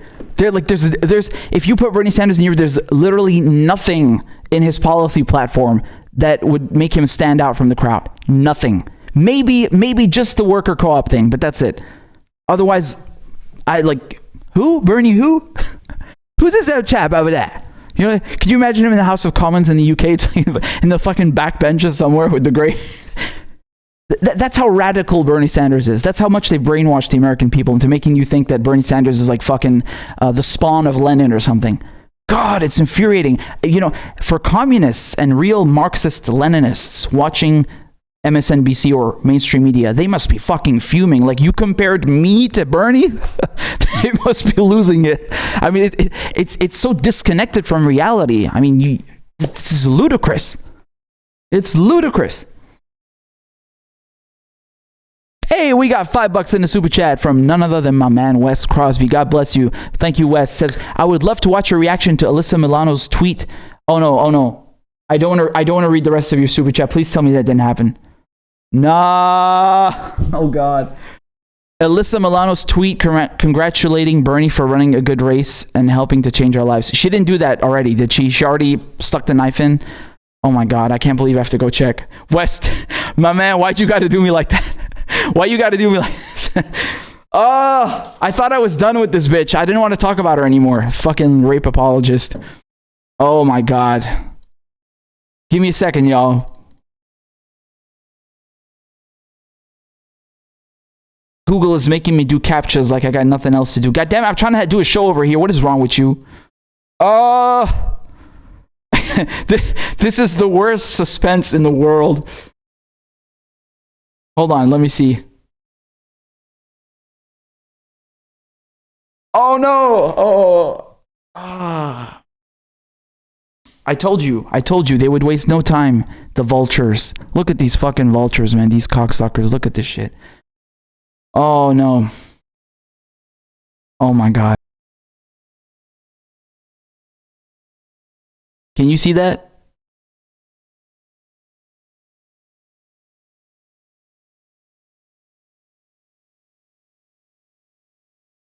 Look at what she retweeted. This is from Joe Biden. And to Bernie's supporters, I know that I need to earn your votes. And I know that might take time. Motherfucker, you better be waiting. You better have a lot to drink because you're going to be waiting a few hundred fucking years, man. But I want you to know that I see you. I hear you. And I understand the urgency of the moment. And I'm still not going to support Medicare for all because fuck you. That's what Joe Biden is saying. I see you. I see you dying from lack of health care. I see you can't pay your rent. I see you. I see the people struggling. I see you locked up in jail. And I see you getting bombed with my drones, which, me and Obama did. And I hear you screaming because you ain't got no health care. But I still don't give a fuck. So here's a platitude. How you like that? Corn Pop was a bad dude. This fucking cocksucker. The fucking nerve of this asshole. The only good thing that Joe Biden has ever done is give us shit to laugh at, like Corn Pop. That's it. That's the only good thing he's ever done. That's the only thing he's ever offered Bernie supporters. Oh my God. And I understand the urgency of the I hope you'll join us. Yeah. You're more than welcome. You're needed. Oh, thank you. Now we're needed. Really? That's a far cry from the toxic Bernie bros. That's really, I must be tripping. Am I tripping right here? I could have sworn he called you guys toxic and mean. That's what I remember. And sexist too, misogynistic, right? Didn't he call you misogynistic? The rapist. The rapist was calling you misogynistic. Wow. But no, you're needed. Guys, look. I'm sorry. Joe Biden, he sees you, he hears you, and you're needed. Okay? I hope you know that. You fucking asshole. Oh my goodness. Look at this. Oh, look, it's fairy tale time. We're reading fairy tales. Are you ready for nap time, guys? Get your milk and get a titty to suck on because it's nap time. All right? I'm going to read you a fairy tale story. Once upon a time, there was a man called Joe Biden, and he said, "Together we will defeat Donald Trump." But we will also address the climate crisis. Oh, yes, of course. Joe Biden is going to address the climate crisis by letting his friends in the fossil fuel industry give him advice, right? Whisper in his ear. Yes, that's how we're going to address it. Do you see the platitudes here? Do you see the platitudes? Instead of saying, I'm going to bring carbon emissions to fucking zero, okay? We're going to go 100% green energy by 2030 or 2035, which is a little late. But instead of saying we're going 100% green energy by 2030, no. We're going to address the climate crisis. Yes, me too. I'm also going to address the climate crisis by jerking off and, reading a fucking pamphlet from Greenpeace. You see, guys, I addressed the climate crisis. Are you proud of me now? Can I be president? Look at this shit, man. And we will make college affordable. Oh, it's going to be affordable, guys. Okay. So instead of being bankrupted for the rest of your fucking lives, by $100,000, it's going to be $90,000. But he made it affordable. You got to give him props. All right. Don't be mean.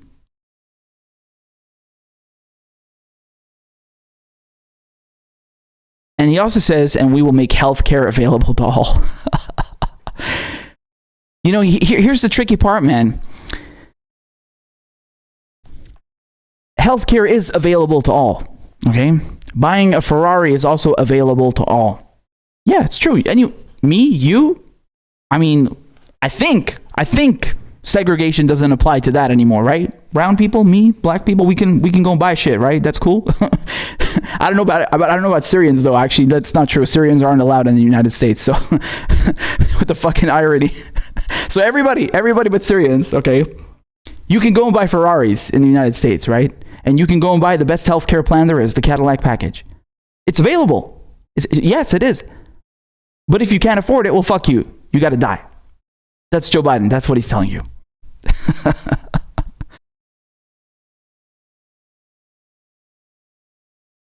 More platitudes. We will not just rebuild this nation, we'll transform it. Oh, God, what a fucking joke. This guy is reading you fairy tales, man, really. I love the answers down here. You see this? You see this? My family will never vote for you. Never. Good. Look at all these comments. Switched on people with fucking brains. I love it. All right. Oh, look, somebody pointed out what I just said. Notice he doesn't say healthcare will be affordable. Look, he used the same fucking example. He used a sports car. I said a Ferrari. He said Lamborghini. You see? Lamborghini is available to everyone, but doesn't do us peasants much good. Green Party, here I come. Thank you to insert name here. There you go. Right on the fucking money. There you go. Fucking nailed it. You see? Great minds think alike. Case in point. As Claudia says, this is 200% malarkey. It really is. So let's see what's going on. One of you pointed out that Trump also said something. Let's see what Trump said. He is the president after all. We got to see what this motherfucker said. Uh-oh. Oh my God. Yo. Oh my God. Okay, so I love how he's texting shit in all caps as if that has any meaning, but that's to do with coronavirus. So let's focus on the present issue. So he says, Bernie Sanders is out. Thank you to Elizabeth Warren. If not for her, Bernie would have won almost every state on Super Tuesday. This ended just like the Democrats and the DNC wanted. Same as the crooked Hillary fiasco. The Bernie people should come to the Republican Party. Trade. Oh, guys. Well, I mean, Donald Trump is offering you a spot in the Republican Party. So I don't know about you guys, but the first part of his tweet, yeah, he's right on point. I told you at the beginning when I started streaming, before he even said the shit, that he's going to say that shit because the people on the right, Donald Trump, Fox News, they're not honest actors. He's not saying this because he's an arbiter of truth and he wants to stand up for progressives. No, he's saying this because he wants to make the Democrats look bad. The DNC wants to show them as corrupt, which they are. So he's doing this to his own advantage. Nonetheless, when somebody says 1 + 1 = 2, I'm sorry, but 1 + 1 = fucking 2. It don't make 3 or 4 like the DNC is trying to tell you. All right. And what he said is correct. Elizabeth Warren, the DNC, all of them screwed him. I mean, even if you say that Bernie Sanders dropped out because of coronavirus or he dropped out because of XYZ, don't fucking matter. Everything we said before still happened. They still screwed him in 2016. Fact. Elizabeth Warren screwed him over. Fact. The DNC, Obama called everybody, made them drop out and get behind Biden. Fact. They played him. They played chess against Bernie, the entire establishment. Of course.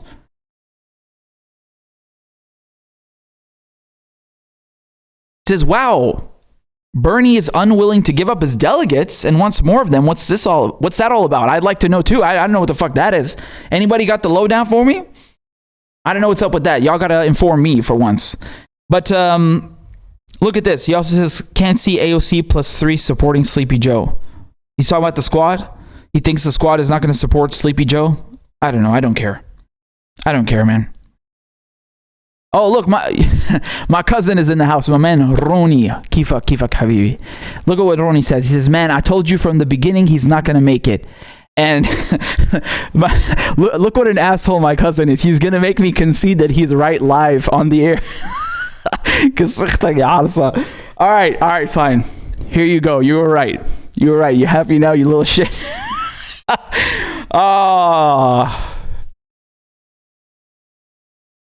By the way, he's not the only one. There's a few of, my acquaintances who told me this from the beginning. They said, man, you're crazy. Bernie's never going to get it. It's not happening.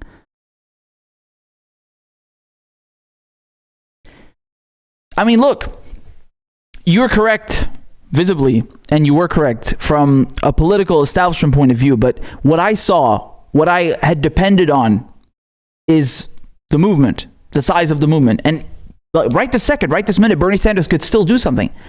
He could, right this second, get Medicare for all passed if he wanted to, by making everybody stage a walkout, general strike. He could fucking do it. I mean, look, think of this logically. Let's have a thought exercise here. If you were going to pick one person in the United States who has a movement and who could organize a general strike, who would you pick? Don't tell me Donald Trump, because he's already the president. I'm talking about somebody who isn't the fucking, leading the executive branch. Bernie Sanders, right? It's not going to be, what's his fucking name? Lindsey Graham? It's not going to be Rand Paul. It's not going to be Ted Cruz. All right. It's not going to be Ilhan Omar. It's going to be Bernie fucking Sanders.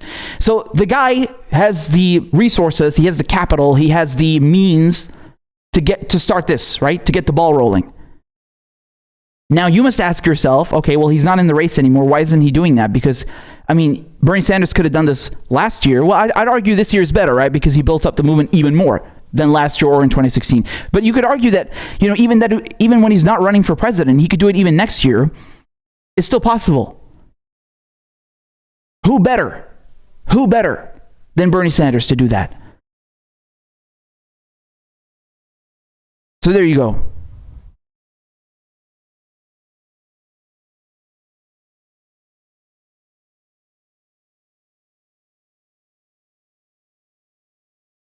He doesn't have to be the president to do that. I mean, Bernie Sanders, by the way, I wanted to point this out earlier when he was giving the live speech. What did he say? What did Bernie say? He said, change never starts from the top, right? It comes from the bottom up. He's always said this slogan. So, do it. Start it from the bottom up. And by the way, that's what I'm telling you guys. That's what I'm telling you. It doesn't come from the top. It comes from the bottom up, from the workers, from the masses, the mass mobilization. Right? Food for thought. I'm not giving you a conclusion. I'm not going to conclude. I'm just arguing logically, just a thought exercise. If there was one person poised to organize a general strike who has an enormous movement of working class people, who better than Bernie Sanders? I don't think you could find a reasonable argument to propose any other person in the United States. I think it has to be Bernie Sanders. And so you must ask yourself now, why is he not doing that? He's no longer even in the race. There is no question of, I don't want to upset Joe Biden, or I don't want to call him mean. This is irrelevant. Bernie Sanders could do this next year when there is no election. He could have done it 2 years ago, 4 years ago. It's a thought exercise, and I leave the conclusion up to you.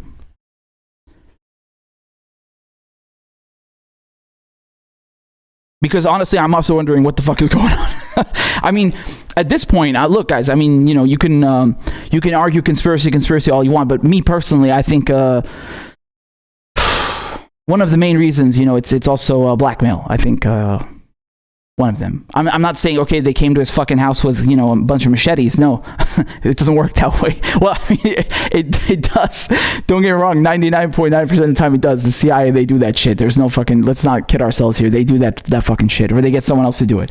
But with Bernie Sanders, him being a senior figure, I didn't say senior establishment figure, just a senior figure. You can't do that that openly. They can't JFK his ass just yet. But they have other ways of threatening you.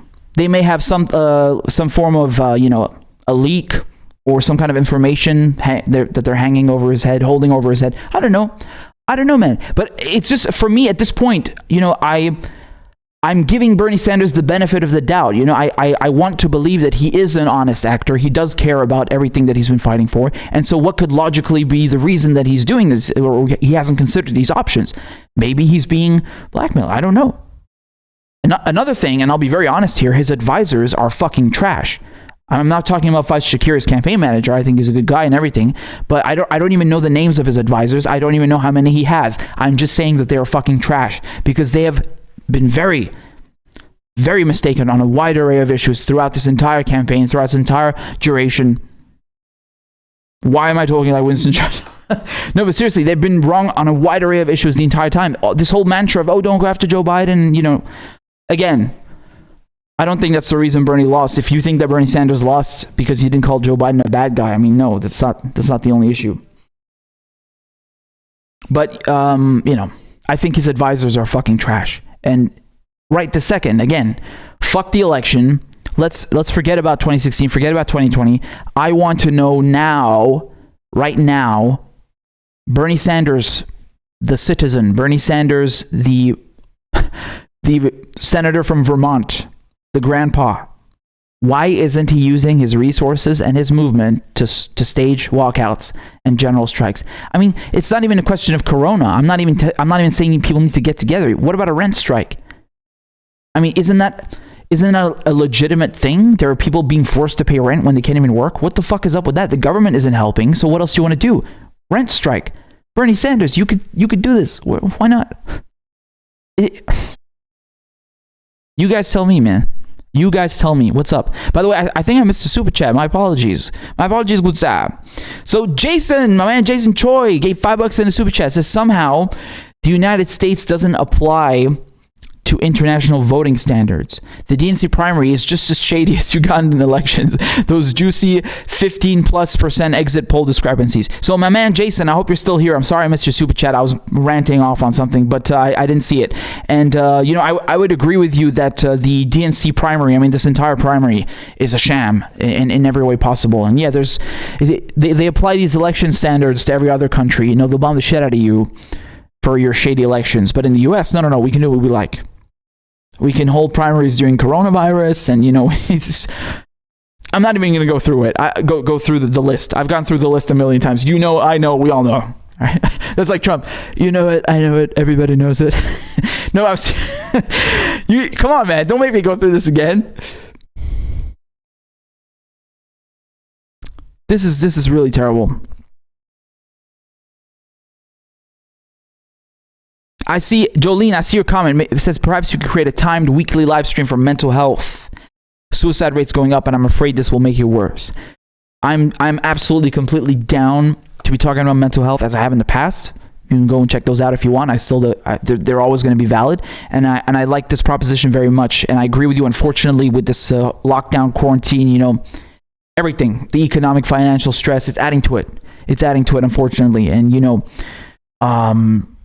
yeah, man, there's never going to be a bad time to talk about mental health. That's the thing. And we got to destigmatize it. We got to unprogram, deprogram, uncondition people. Okay? Because if the mainstream media, you can't trust them to do it. They'll do it when it's for platitudes, right? You always see politicians and mainstream media, they'll do like a 10-minute segment about suicide like once a decade or something, and then pretend they care about mental health. No, go fuck yourself. Okay? That's bullshit. So, we got to talk about it, man. And man, I was feeling anxious as shit today. I'm not feeling good, man. I'd say more anxious than depressed. And then I see this news, and I'm like, oh no, say it ain't so. Say it ain't so. I missed so many comments, man. Y'all got to forgive me. I'm just going through these like bit by bit. I'm going through these a bit by bit. So. No. Ain't nobody checking out for no while. Don't listen to me. Don't be overwhelmed. I see your comments, Mona. Bless you, girl. Bless you. Listen to me. This is the thing. The thing. No, we're not doing a Biden fit. I'm saying that maybe what happened in 2016, maybe what happened now this time. This was supposed to be a kind of a prod. You understand? It's supposed to prod us. And it did me. I'll be honest with you. Like, yes, I've always been politically woke. I told you I've been in, my whole life. I mean that. It's not just like, oh yeah, I've been into this thing my whole life. And no. Literally.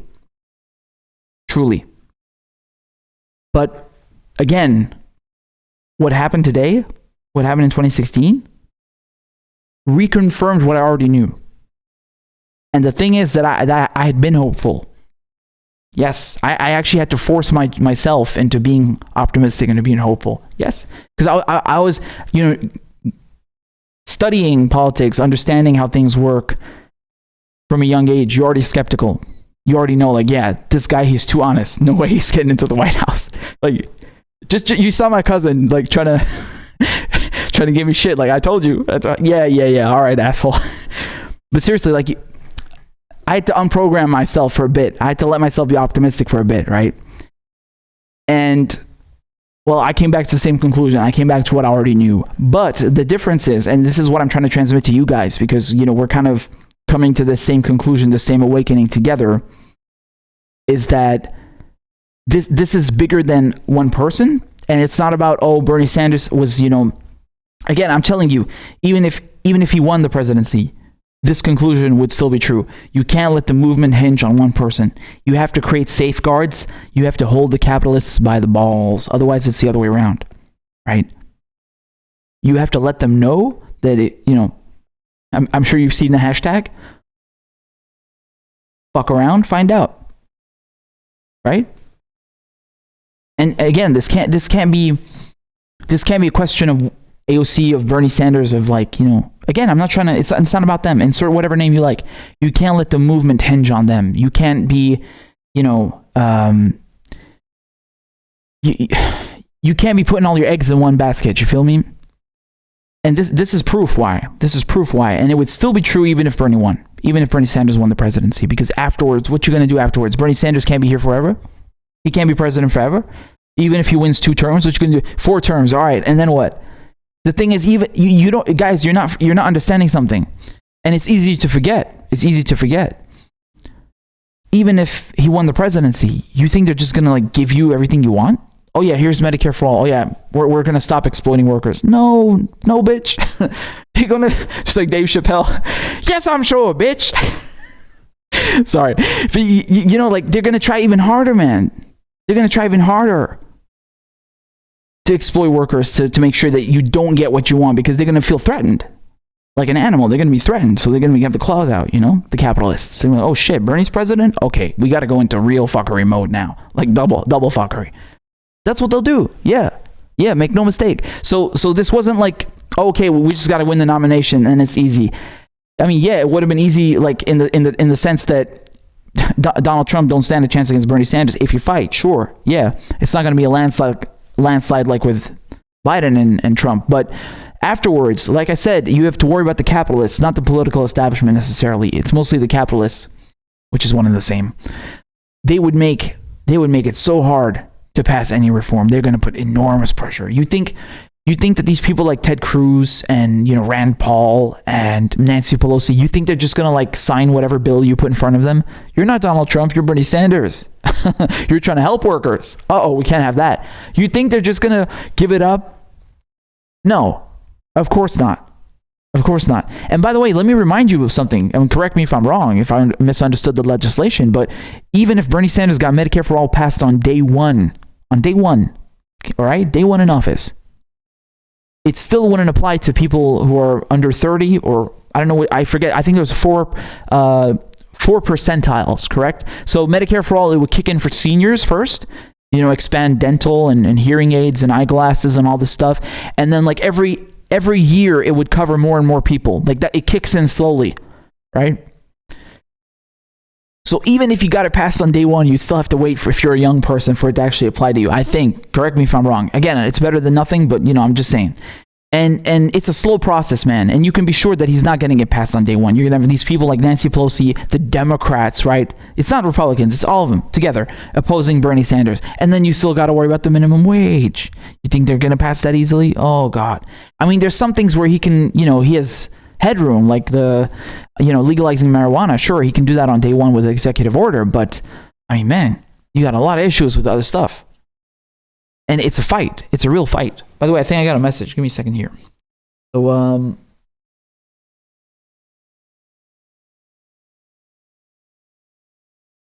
oh, I don't know if my man David is in here, but David Saul, everybody, he just edited his pledge from $2 a month to $5 a month. And I know we are suffering right now because of Bernie, but I got to play the crab dance because the crab dance is obligatory. All right.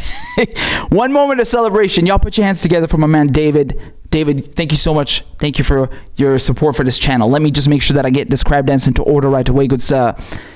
All right, here we go, baby.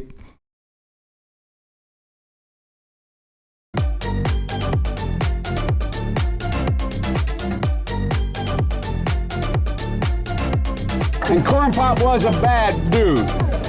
And he ran a bunch of bad boys. Wait. You're getting nervous, man. Calm down. It's okay.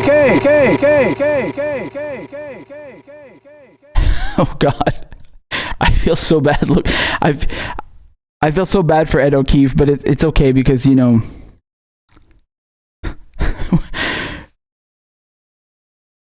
got $8 in a super chat from Jeffrey. Love you all. Be happy.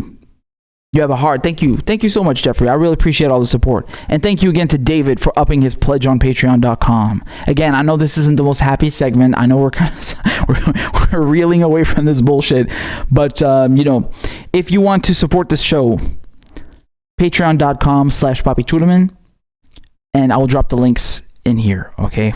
How long, yeah, there we go. Hey. All right. Thank you guys for supporting this show. And you can do a one-time thing on PayPal too if you want. I dropped the links in the chat. Bless you guys. But yeah, I don't know which. Yeah, I was telling you that even if you get Bernie into office, you still have a lot to fight for, right? So man, it's an uphill battle. And what's actually ironic? Give me a sec.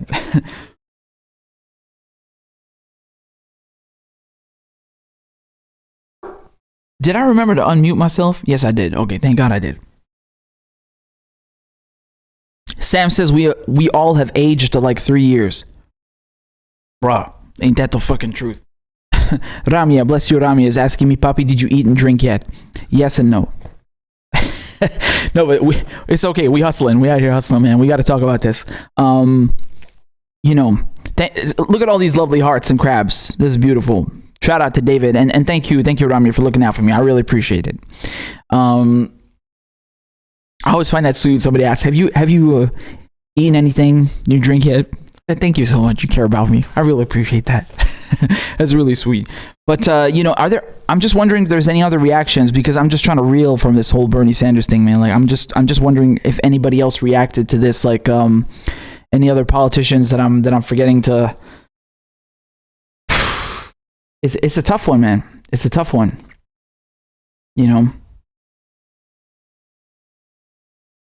I told you. I did not tell you because I told you. I told you what Joe Biden is going to say, right? And all the talking heads. I told you what Donald Trump is going to say. I know. I know the script. Okay, we know it. Was I fucking right or was I fucking right? I mean, it wasn't that hard to predict either, but, And I told you, what did I tell you guys? I told you the day that it turns out, no, just listen. I told you the day that Joe Biden gets the nomination, it's another 4 years for Trump. Okay? That's it. It's decided. I'm telling you, it's another 4 years for Trump. Guaranteed. By the way, I'm curious. I'm actually curious. Are there any among you? Don't be shy. Please tell me because I'm curious. I want to prove my theory. Are there any among you who will actually vote for Trump? If it, Well, not if, it's gonna fucking be. God damn it, I can't believe it's not an if anymore. It's a certainty now. It's November. You got Joe Biden against Donald Trump. Are any of you who were previously gonna vote for Bernie gonna vote for Trump now? And why? I also want to know why. Is it because, like, you know, there's something you like about Trump, or you want to spite the DNC? Like, I'm curious. Tell me. You know, tell me in the comments, man.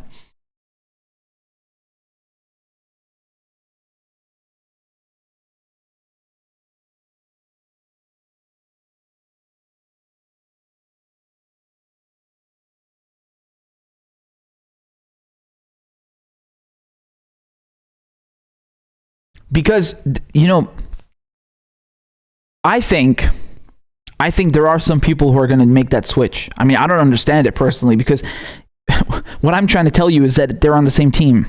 Do you get that? Yes, of course, you know, Joe Biden is a senile moron. And yeah, okay, Trump is a bit more funny. But at the end of the day, they're on the same team. They're team capitalist. You understand? So if you're going to spite the DNC, I mean, that doesn't really mean anything. You're still, you know, that's the thing. Apparently, I had my mouse cursor on my face. Sorry about that.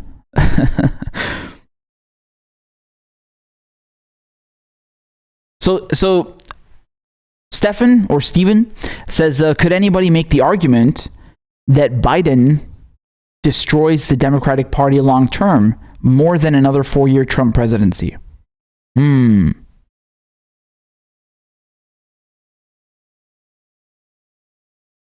I don't think so. I mean, let me explain something to you.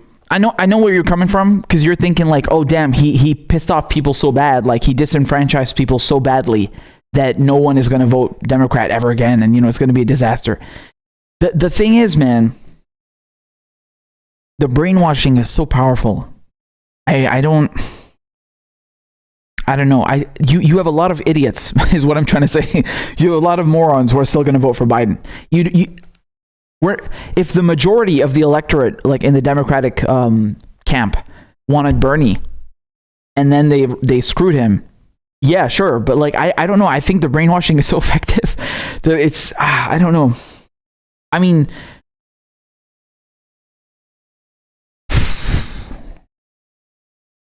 y'all need to listen to what Chuck is saying. My man Chuck.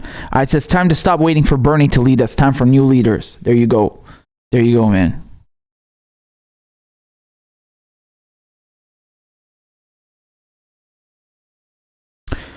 So, okay, so you guys are saying that he hasn't dropped out.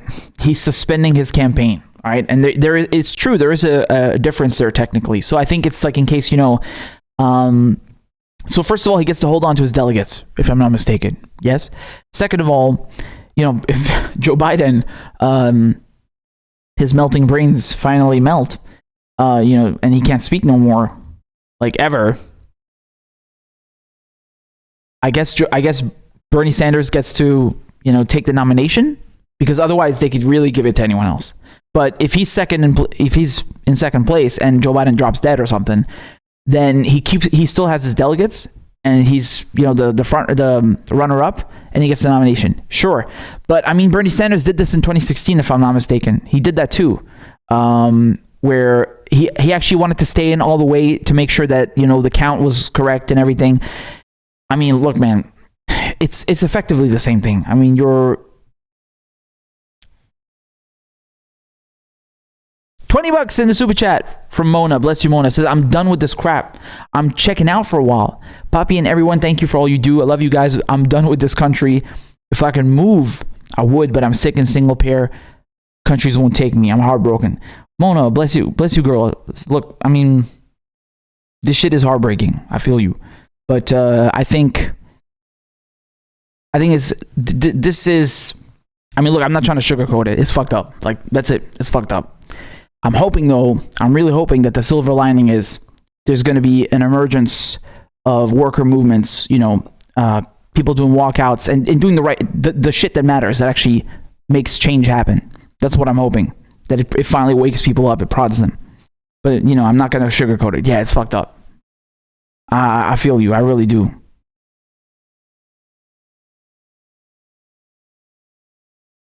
But don't go nowhere. Stay with us. Stay, you know. Don't let me suffer alone.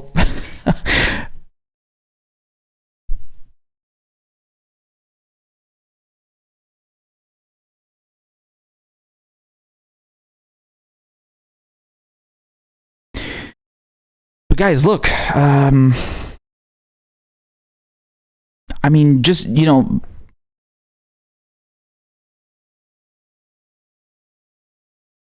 I'm speechless. Like my brain is Bidenizing now. No, but seriously, Donald Trump, yeah, he's winning another 4 years. Like there's a lot of people saying that, you know, we're going through coronavirus and this is unprecedented. No, it's not. And we're having a recession and we have all of these factors at play, economic, social factors at play that are going to maybe help prop Joe Biden up, and by some miracle he wins against Trump. No, you're delusional. I also, what does that say about your fucking candidate? Like that you have to depend on like some fucking on a global pandemic wiping out people for him to win. Like, don't you think that's maybe a shitty candidate? I don't know. But yeah, look, this is what annoys me. It's that I feel like Bernie Sanders is suspending his campaign or dropping out. It's the same fucking thing at this point. Like I told you, it's just in case Joe Biden dies that he gets to keep his delegates. That's it. But the fact that Bernie Sanders is suspending his campaign without utilizing his leverage, oh, this angers me. This saddens me. Oh boy, it really does. And again, it begs the question, like, okay, let's say that you didn't want to touch Biden. You didn't want to, you know, pry one legislation out of him or one policy. You just don't want to rock the boat in the Democratic establishment. All right, fuck it. You suspended your campaign. Dude, what about your movement? Are you also going to let that go to waste? Come on, man. Come on. What is this? Use it. I don't think he's going to. And that's a sad thing, because the Bernie Sanders movement, I mean, man, come on. I'm sure there's a lot of you right here who done maybe phone banking or whatever. I mean, it doesn't matter like what you did. Everybody here, you know, contributed in some way, in some form. Just by supporting, you contributed. It doesn't matter.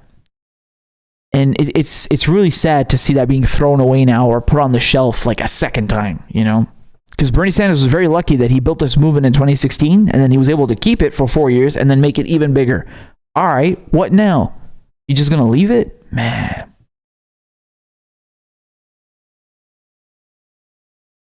I don't know. I think that's kind of sad.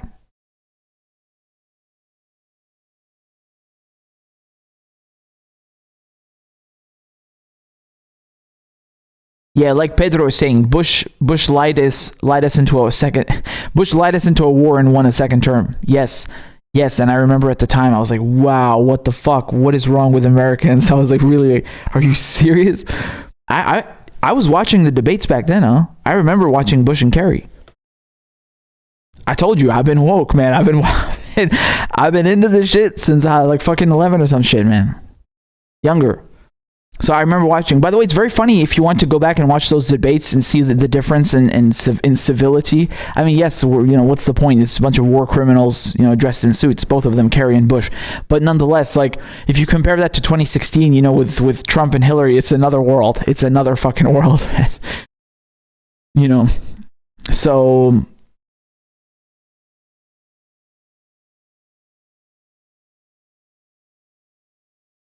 yeah, it's just like S.A. Sanchez says, supporting Biden throws the movement away.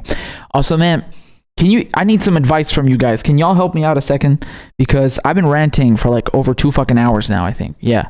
And I don't even know how to cut this video. I don't even know what to do, man. Like I can't, man. It hurts. It really hurts. So yeah, y'all got to tell me what to do. It's gonna be a lot of fucking work, man. But,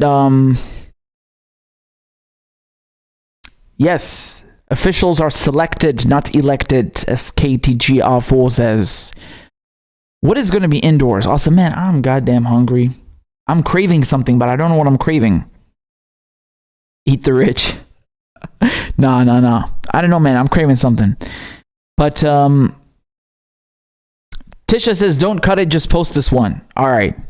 Well, I mean, it's long. I don't know if anyone's going to sit down and watch 2 hours. Do you feel me? Like, I mean, God bless you guys for being here with us. I mean, we're trying to reel from this fucking disaster, but like from a production point of view, I I think there's a lot of me going and trying to just think what the fuck I'm gonna say after this disaster. You feel me? So like I had to reel from his shit, man. But there you go. You know, I'm just forgive me 1 second. Let me just see if there's anything on Twitter, any other news. Okay, I mean, I'm just.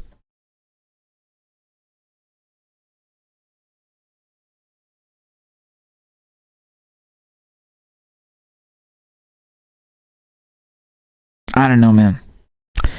Hey, we got $4 in the super chat from Tisha. Bless you, Tisha. It's so good to see you here. It says post it in its entirety. All right. And so we shall do, madam. We shall do so. So look, I'm just going to show you what I'm seeing here. All right. Take a look at this.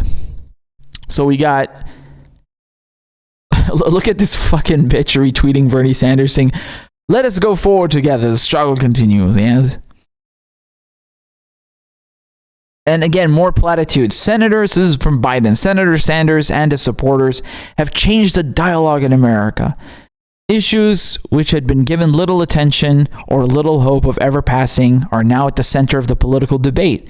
And I'm not going to do anything about these issues, and y'all can go fuck yourselves. I mean, this is so disrespectful, man. Like he's blatantly admitting to you that everything you want has been sidelined, discarded, has been ignored, and he's acknowledging the fact that they've been ignored by him and his buddies, and that now he's going to continue ignoring them by giving you nothing.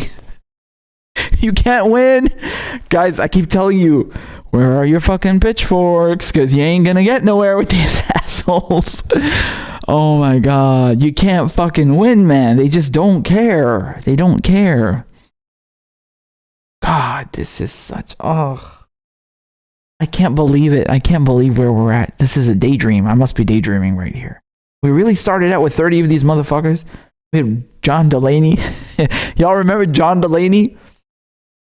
And fucking Kamala Harris and Tulsi Gabbard. My girl Tulsi, what did you do to us? And then Warren. And then Booker and Booty Juggalo. You remember having to talk about the fucking rat? And then Biden looked like he had the wind knocked out of his sails. That sneaky motherfucker during the debates, just standing, hanging back there, not saying a word, letting them exchange fire, and then, you know, sticking his head out every once in a while to say a word and then getting back. And now, all of a sudden, he is poised to be the Democratic nominee. Would you look at that? Now that's malarkey. Wow.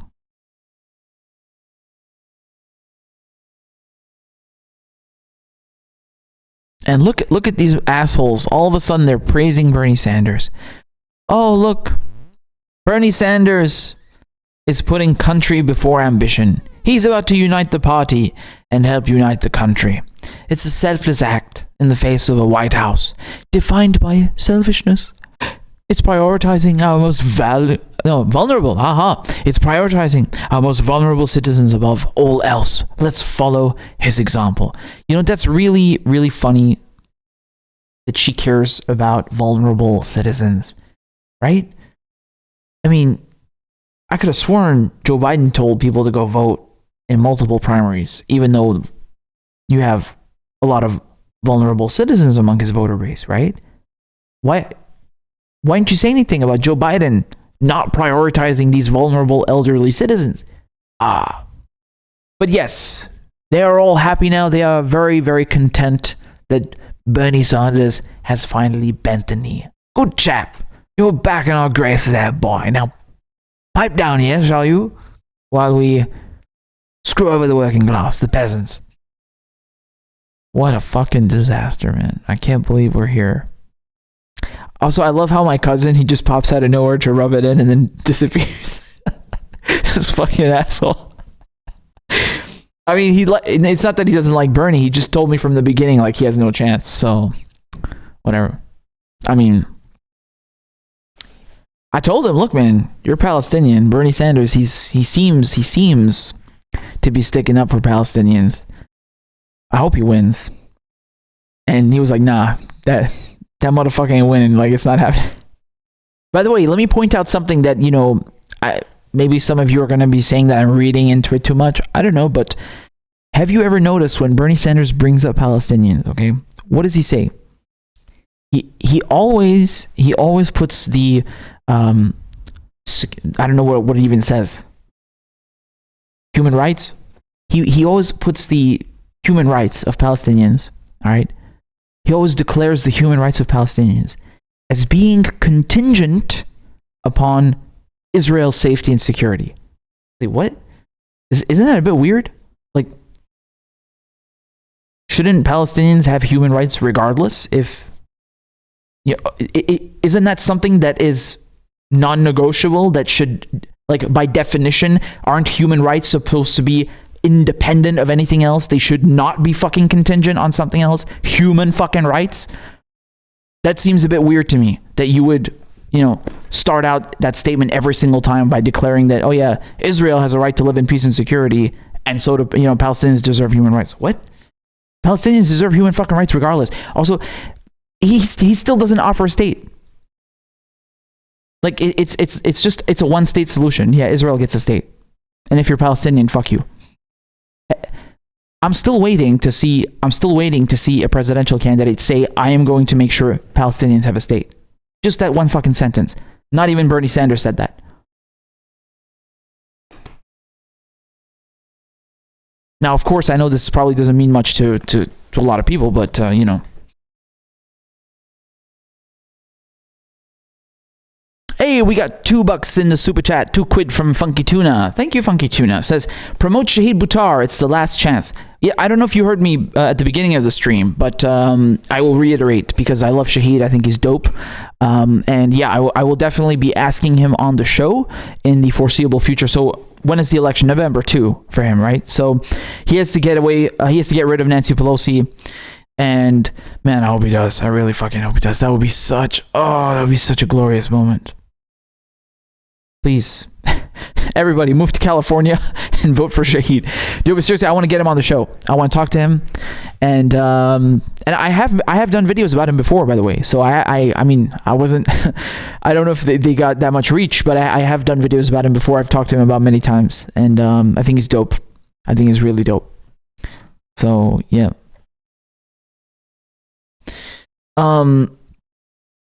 So KTGR4 says, look at Trump's last Bernie tweet.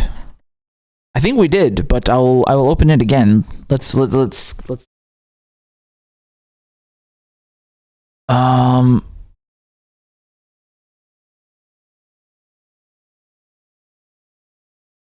I think we covered everything. I don't see anything new.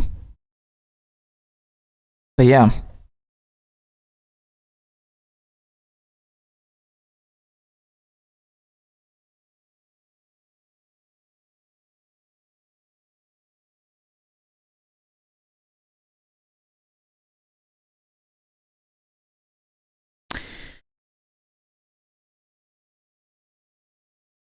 Carlos says the DNC knows Mike Gravel would have gone full on nuclear in the debates. Man, he would have. Mike Gravel is a beast. You know, they had to shut him out because even when he met the 65,000, why do I remember this? 65,000 donor threshold, they still shut him out. They made sure he couldn't participate. Fucking bastards. But yeah, man, you know, it's really, it's still really messed up, man. Guys, give me a second. Let me see here if I find anything on Twitter worth bringing up to you, all right? Because it's really difficult. I sound like a fool. Yeah, it's a bit difficult on the computer. So you'll have to forgive me 1 second.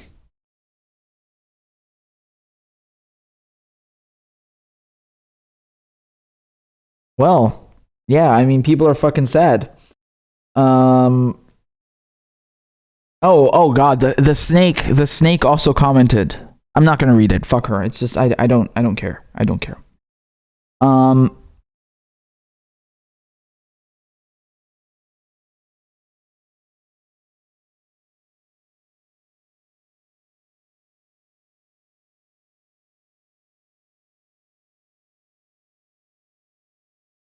Yeah, look, guys. I mean, you know what? Fuck all this bullshit. Look. all these talking heads, everybody on Twitter, no disrespect, but stop distracting people, okay? This is not the fucking moment right now, especially. This is not the fucking moment to be, getting distracted with, Warren said this, or, Trump said this, or ignore the noise. It's noise. Yes, we already know it's very predictable. I already talked about the responses. Right now is not about making sure that Joe Biden earns your vote. He's not going to do that. He can go to hell. Right now was a kick in the ass. Okay, right now was telling people, hello, the democratic process that you have in the United States currently at the moment does not favor the reforms that you seek. It doesn't work. You tried twice. You gave it your all. It didn't work. Now you got to try something else. Okay, so I told you. I keep telling you, I'm gonna keep saying it. I'm gonna keep fucking saying it until I see it. All right, you're gonna get bored of me. I don't give a shit. I gotta keep saying it because it's gotta fucking happen. All right, you need general strikes. You need mass walkouts. You need protests. You need people refusing to oil the cogs of the capitalist machine. You need the sheep refusing to go back, okay? You need the fucking workers to stop creating wealth for the capitalists who then shit on you. Because that's the only thing they care about. You need new media, okay? Yes, obviously I would say that because I am new fucking media, but it's not just me, is it? There are people way more popular than me who are still doing the right fucking thing, and they're great. So again, you need new media. This is an advocacy for all of them. Third, I mean, it's not going to be enough on its own. Again, you need all three. You need a new fucking party because the Democratic Party and the Republican Party are one and the same. There's no fucking difference. You can't reform the Democratic Party. This is, if I hear one more fucking person even entertaining this thought, I'm going to smack you in the face. Okay, stop that shit. It's not happening. And you know what really pains me? What really hurts? I don't understand why there are people running as Democrats. Why would you do that? Like, you're just, it's just like, it's an open invitation to Nancy Pelosi and everyone else in the Democratic establishment to come and fuck you over, to come and absorb you, to come and blunt your momentum. Do you know what I'm saying? It's not necessarily that, I mean, just take AOC as an example, right?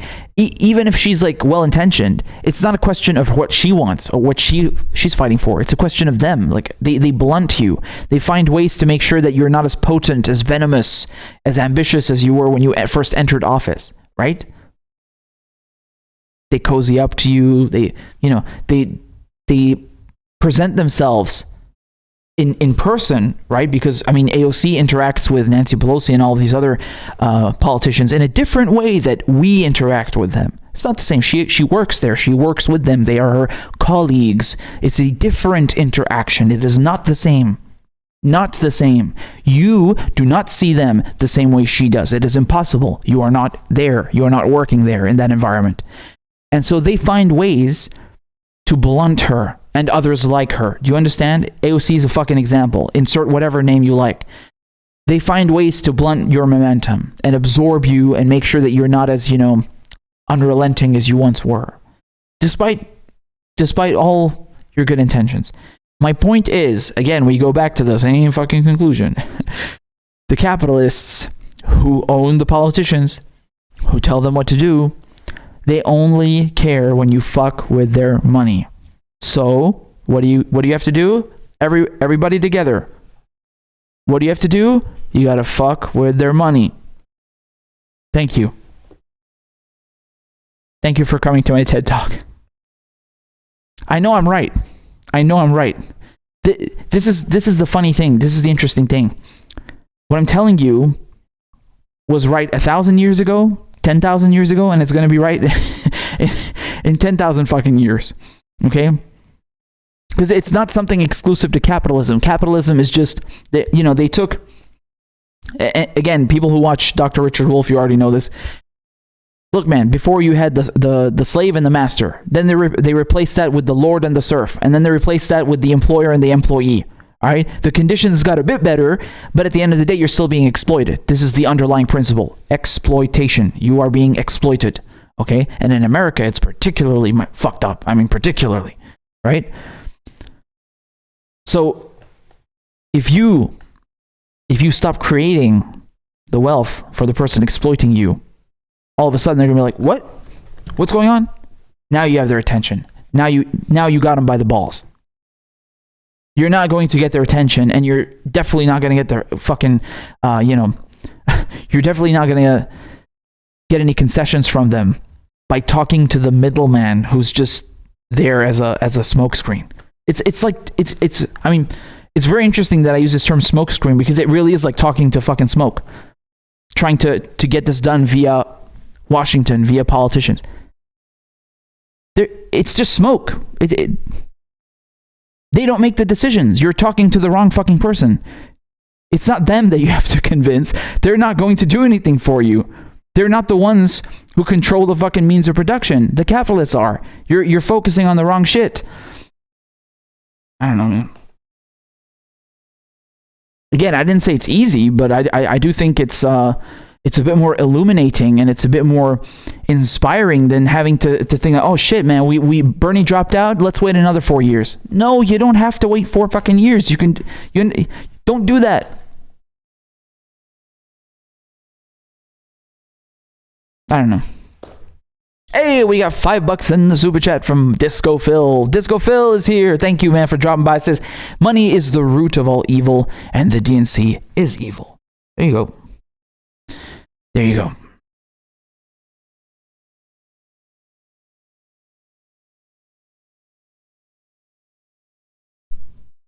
So, I mean,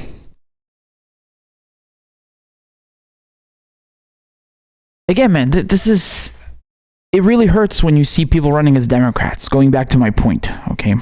Which, by the way, I would like to ask Shahid, why is he running as a Democrat and not an independent, if I'm not mistaken? I could be very mistaken. But, I mean, at the same time, in this one exception, he is actually, if he gets in office, and I hope he does, he'll be dethroning Nancy Pelosi. So that's a pretty good fucking, that's a good trade-off. I would say that's a pretty good person to take out of office if you are going to run as a Democrat. I mean, yeah. I'm not gonna be mad. All right, let's just put it that way. I'm not gonna be mad. All right, but in general, it's puzzling, isn't it? Isn't it a bit puzzling? Hey, we got $2 in the super chat from Tayray88. Thank you very much. Says, so should we not support Our Revolution anymore? Our Revolution, this is the organization created by Bernie Sanders, right? If I'm not mistaken. Correct me if I'm wrong. I could be wrong on that one. But the thing is, aren't they one of the super PACs that Elizabeth Warren, she was trying to go after Bernie Sanders for? She was like, oh, he has 9 super PACs. Oh, listen, my point is that you need 3 routes of action, right? So you need a new party, because the Democrats, forget them. You need new media, and the very, very important one is workers being able to walk out. Now, look, man, if you think, like, this is the point I'm trying to drive home. Everything I'm telling you would be correct in any country, but in the United States especially in the United States, man, they have really rigged the system in such a way that any kind of reform is out of the question. I mean, just look, man. Yeah, I see your comments. I see your comments.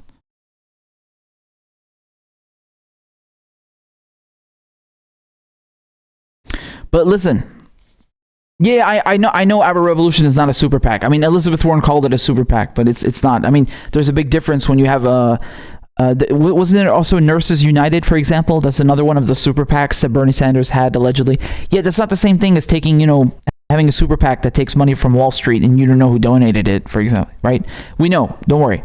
But my point is, I mean, if you're having grassroots donations, that's fine. There's nothing wrong with that. But the thing is, trying to reform the Democratic Party, because like, what are you going to use those donations for, right? You're trying to run candidates again as Democrats, and what do we go back to? Reforming the Democratic Party. No, I don't believe in that. I don't think that. I don't think that's effective. So Pedro is saying until Bernie Sanders calls for a general strike, then you shouldn't support our revolution. It needs to actually live up to its name. Not going to argue with that. Yeah, like Jeffrey says, there's a snake semantics. Yeah, now Sam, look, everybody read Sam's comment. What did he say?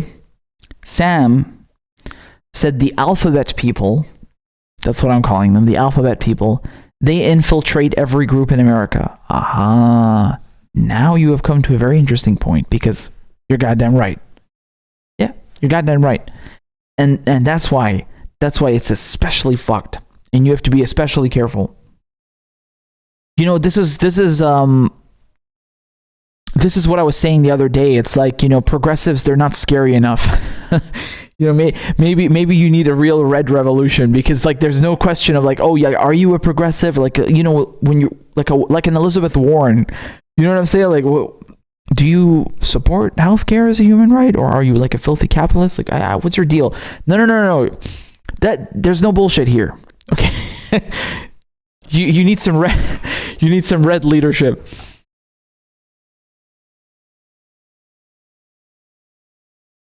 Yep. And look. As Zim24 is bringing up, look at what they did with the civil rights movement. Exactly. That's just another example. Thank you. So, you know, they man, I mean, I don't know how many of you are familiar with the endeavors, the efforts by the CIA to infiltrate groups like the civil rights movement, or anything that represents a threat to the establishment, you know, anything that involves workers, you know.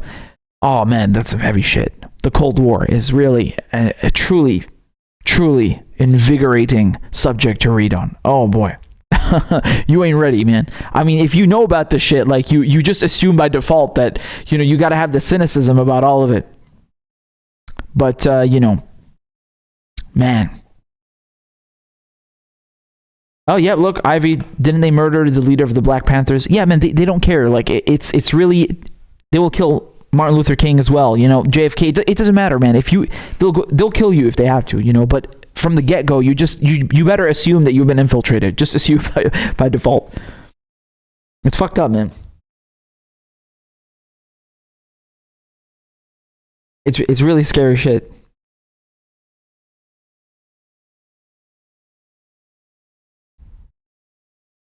But yep.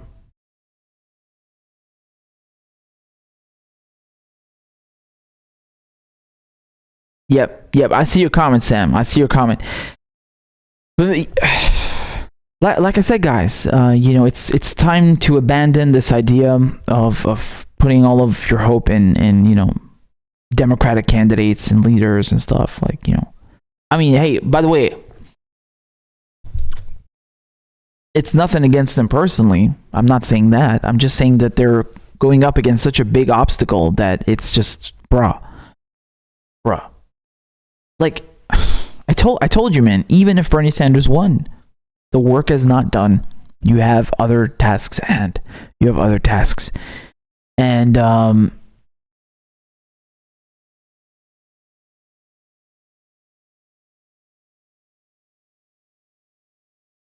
you know, just to give you an example of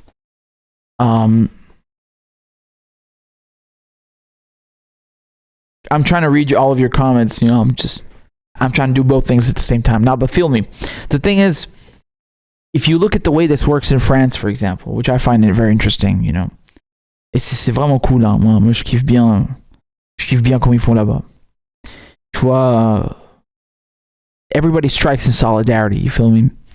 And like, they will fuck shit up. You know, it's not like, oh, okay, having a walkout at this company. No. It's like shutting down infrastructure. Do you understand? It's the concept of bringing the economy, bringing the capitalist machine to a grinding halt. Do you understand? Like, when you shut down oil, for like they did last year, there's no fucking oil. Like, literally, the stuff that, you know, greases the wheels of the capitalist machine, the oil. not coming in for 96 fucking hours and not being processed, nothing. This is a fucking disaster. Could you imagine that? I mean, you're really like, you can't ignore something like that. It's not one company or one brand. We're not talking about like, like a Walmart walkout. No. This is the infrastructure shutting the fuck down. Voila, your inspiration. This is what I'm talking about. Okay? Again, I'm not telling you to do that. I'm just saying that when you look at effective walkouts and strikes, that's what happens. That's all I'm saying. Okay? It's an educational analysis.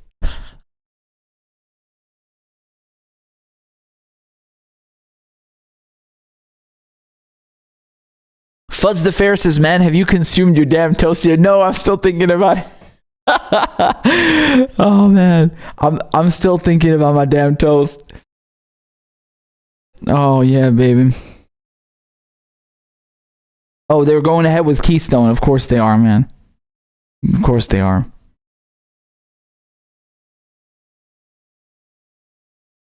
Yeah, but look at what Ivy Rose says, man. The entire nation functions on the backs of the poor. We have all the power, but don't even realize it because we are so disconnected due to identity politics. Yeah, I mean, they divide you based on anything, right? It's when you actually ask people about the issues, you would find that even between like a Bernie supporter and a Trump supporter, you will find a lot of shit they agree on, right? Like, yeah, politicians shouldn't be bought. You shouldn't have money in politics. And the thing is that by dividing the populace, the electorate, it's much easier to fuck. I mean, it's much easier to fuck them over, and then also make sure that you rig elections that way. By de facto, they're rigged. Do you understand? Because you've created camps and divides within the population, and when they can't coalesce against you, much easier to do your job and round them up like herds of sheep. I mean, it's just this is just one thing, though. This is just one thing. Even if that were not true, I mean, just look at what happened today. This election in Wisconsin. Just look at what happened last week with the primary in Florida and Illinois. I mean, they're putting people's lives at risk. The whole primary this year has been a goddamn joke. So every step of the way, before, during, and after, it's an illegitimate election. I mean, this is, like I told you, it's a fucking passion fruit republic, man. Yeah, divide, distract, conquer.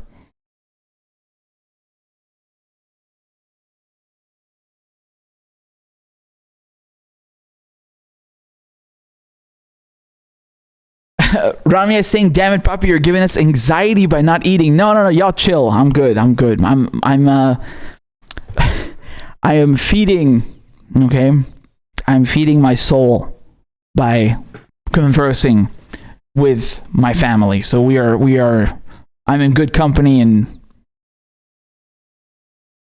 everything is okay. I mean, even though we had a bit of bad news, that's putting it mildly, but I'm okay. Don't worry about me. Y'all are really sweet. I swear.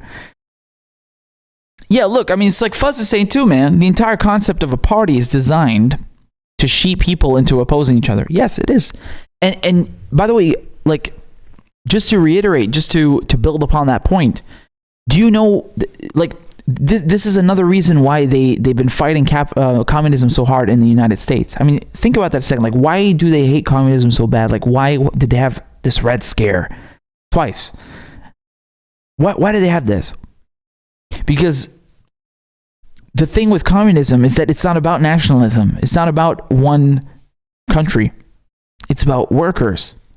And they don't want you understanding this concept because it fucks them. It fucks the capitalists if you unite against them. Because workers are everywhere in every country. And by the way, I mean, even like this is just from a political science point of view. I mean, whether you agree with communism or not, it's irrelevant. No one has had their ideas spread as much as Marx. I mean, you have in every single country on earth, You have Marxist organizations, movements, parties. Think about that for a second. It's a very potent idea. Every fucking country on the face of this planet. Now ask yourself, why is that the case? I'll leave that conclusion up to you.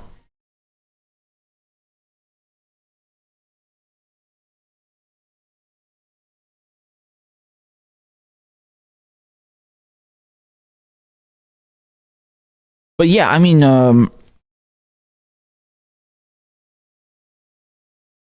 the thing is, I mean, I'm not even talking about communism, right? When you talk about the ideas that Bernie Sanders is proposing, like healthcare, I mean, this is basic shit. This is not even remotely connected to communism. Nothing to do with it.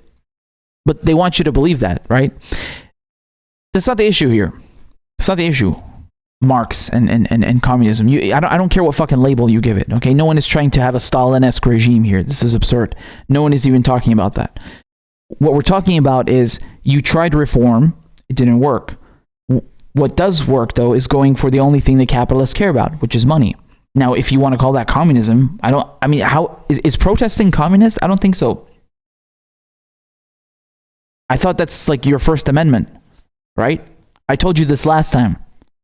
Your First Amendment in the Constitution says that, protest, I mean, correct me if I'm wrong, but it gives you the right to free speech, right? And protest is covered by that.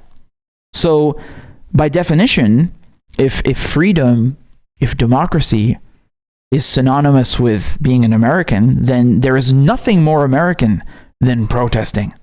By definition, according to your own Constitution. So go and protest. What's communist about that? On the contrary, there could be nothing more American than protesting. Go and do it.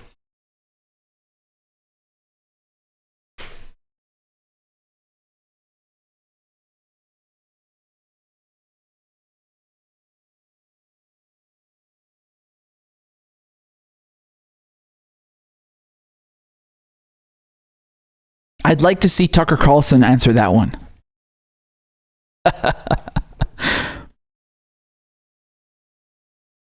Sir, Mary says, go eat your damn pizza. We're talking about some serious shit. Oh, man, come on, man. Stop. Y'all talking about pizza in here, man. Making me hungry. No, but seriously, listen, man. I mean, I'm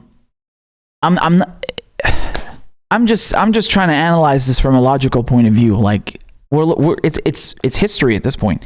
2016, Bernie Sanders ran. It was rigged. You know the story. 2020, you live in the story right now. I mean, what do you want to try? Like, what else is left? You want to wait till 2024? What do you want to do in 2024? Bernie Sanders ain't gonna run. Who you got? You don't even have someone for 2024. That's not a solution. People are dying from lack of healthcare right fucking now. And this other option, general strike, you haven't tried that. Oh, wait, you did. When was that? Oh, in the 1930s. And what did you get as a result? Social Security, federal jobs program. Looks like you should look to your own history for what works. Hey, $3 in the super chat from Jeffrey. Bless you, Jeffrey. Jeffrey's been making it rain today in the super chat. Says, Papi, what's your favorite pizza? All of them. No, seriously. My favorite, man, I could think of a bunch of pizzas right now, but like, I mean, I try. You know what I used to like eating sometimes, because my friend, he would always get this. My buddy in at this joint we used to go for. We used to go there at lunch times, and they would give us discounts, which was really cool. And he would get a pizza with a cracked egg in the middle. So I don't know what they call that in Italy. I don't know what you call that regardless, but it was a pizza with a cracked egg in the middle. Not raw, obviously. You fucking bake the thing. But then, that was an interesting one. That's not my favorite, but it just came to my mind. And, I really like, I don't know, man. Just put everything on that bitch, man. Put corn, put fucking salami, put some ham. Just fill the bitch up, man. I want I'm not too big of a fan of Chicago style pizzas. Please don't hate me. Like I enjoy, man, I'll eat anything. Okay, don't worry. Like I'm just saying it's not my favorite. So sorry if you're from Chicago. But man, I really like everything. Even a plain old mozzarella pizza, I'll eat that. I fucking love pizza so much, man. I don't even know why we're talking about this. I just saw somebody mentioning it in the comments. Like, this is unfair because you're gonna make me go and make pizza now when I should be cutting videos, and that's a distraction. Okay. Yo, Professor Foxtrot in the house is saying, "Hi, Big Papi." And about a week ago, I told you that Bernie was going to drop out, and no one believed me. You just might be right. I'm not saying you're wrong. I'm not saying you didn't say that. I don't remember it, but I'm leaning towards, yes, you were right. You did say that. I think you did. Holy shit. Yo, you got any lottery numbers on you by chance? Hook me up, man. Hook Big Papi up. Oh man, look at all these. Okay, so Eureka is saying that's a breakfast pizza with yard egg. Aha. Okay. None is saying occupy the toilet after the pizza. Audie is saying, are you a Libra, Papi? Libra males have hearty appetites. No offense to Libras, but I'm a fucking Leo, baby. All right, you already know. And I do have a hearty appetite. Damn right I do. But Fuzz says Foxtrot's a DNC planned bot from Russia. Oh man. Yo, but seriously.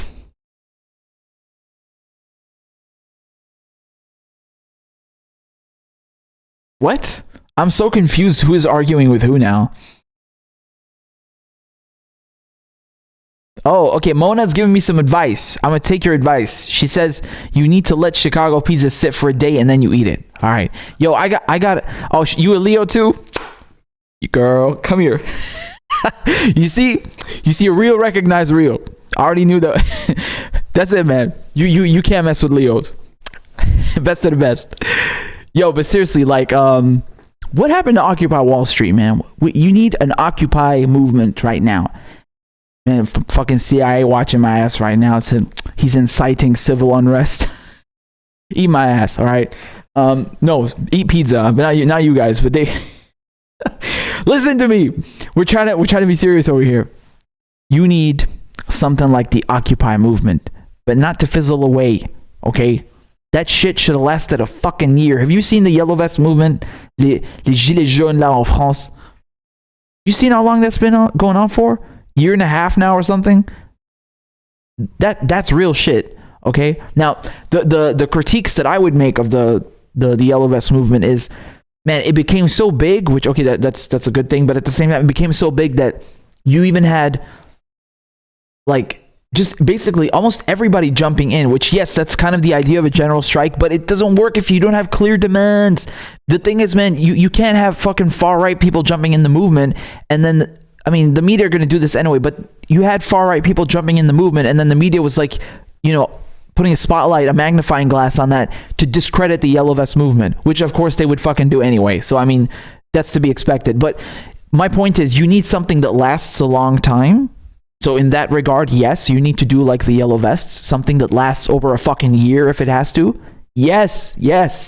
They're not going to give up easily. Something that lasts a long time. And you need to have clear demands, okay? Really, I mean, I don't see how you can get any more fucking clear than I want universal health care. Yeah, that's basic stuff. And I want a living wage. And I want a clear climate action plan. I don't accept this bullshit from Joe Biden or anyone like him with like, we're going to address climate change. No. 100% renewable energy by 2030.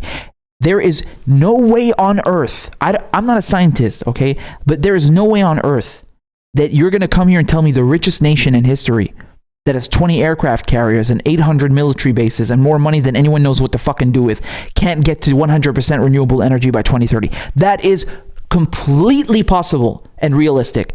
If you are going to come here and argue and tell me that's not possible, go and fuck yourself. You're full of shit. If they wanted to, they could do it. And that has to be one of the demands, because once the US does it, other countries will have no fucking excuse. They have to follow. They have to do it too. And the US has to use their soft power to make other countries do it too. I think that should be, dude, look, I'll be honest with you guys. I'm not that even big of a, climate change person. Yes, I bring it up. We have to bring it up, but I haven't been as vocal about it. But I do think that it should be included as one of the demands because it's important. It's an existential threat. So you should include that. Not something vague, very clear. 100% renewable energy by 2030. No fucking ifs, no fucking buts. Get it done. It's completely, absolutely possible if you stop using the fucking money to bomb the shit out of people. You can do it. Trust me, you can do it. I promise you. So, look, I got Claudia to back me up. I knew she would. I knew Claudia would back me up. Girl, I knew you would. Bless you. I was thinking like she's gonna say it. She's gonna say it for me in the chat. Bless you, girl. See? Full green energy, absolutely possible. Told you. Of course, man. Of course. Hold on a second. This is how you got to talk to Republicans, man. This is how you got to talk to the Tucker Carlson types. Hold on a second. You're telling me America's the greatest country on earth, and you can't do that? I thought you're the greatest country on earth. I thought you can do anything. What's up with that? You gonna contradict yourself? Tucker Carlson, are you telling me America is not the greatest country on earth? How dare you? How dare you? That is really unpatriotic of you. That's very unbecoming of you, good sir. It's fucking true. Technically. Right? How you do it. So, these are just, very clear-cut demands that you should have as part of this movement, this general strike. And I think it should be something that lasts as long as it has to last. You have to get it done, man. You can't be waiting for no Joe Bidens. You can't be waiting for no Nancy Pelosi's. You can't be waiting for no Bernie's and nothing, man. To no fault of Bernie's, huh? By the way, to no fault of his. Come on, man. He's the only... Yes, I don't like what he did. I don't agree with all of his decisions, but like, come on, you can't go after the only good motherfucker between them all, can you? Every second. And again, you're missing the point here. You shouldn't have to rely on Bernie Sanders. That's the whole issue. You shouldn't have to wait on him. Because... You get me? You get me at this point. I've repeated myself many times, but I'm going to keep doing it. It's okay. Clear demands, man. Universal health care. All right. $15 minimum wage, at least. It should be $22 if you adjust for inflation. To me, this is mind-boggling that somebody in 1968 can not just buy better music, but could buy more in general, had more purchasing power. This is mind-boggling to me. So it should be $22. You know what? Fuck them. Fuck the $15 minimum wage. $22 per hour. Of course not. Why the fuck should they have all the wealth? I'm changing my platform now. I can't believe I hadn't said this before. I will no longer advocate for $15. 22, motherfucker. And tip me, bitch. 22 at least. Make it fucking 50. All right? And it still wouldn't be enough because you're still getting exploited. Because do you understand how fucked up the system is? $22 minimum wage. Not 15. Go to hell with that shit. $22. Okay? Green energy, 100% renewable energy by 2030. All right? What else we got? Clear-cut demands. Do you get the idea here? These are very, very clear demands, and you don't stop until you fucking got them. And anybody who tells you otherwise is full of shit. Don't fucking listen to them. Because you can't have a like, oh yeah, let's try a softer way or let's ask more politely. No, fuck that shit. You already tried that. It doesn't work. Don't concede. Don't concede. Don't go for any half measures. You can't. You already tried that. It's $25 an hour. Excuse me, $25 an hour to match, to adjust for inflation. All right? We on point here? $25 minimum. $25 an hour minimum wage.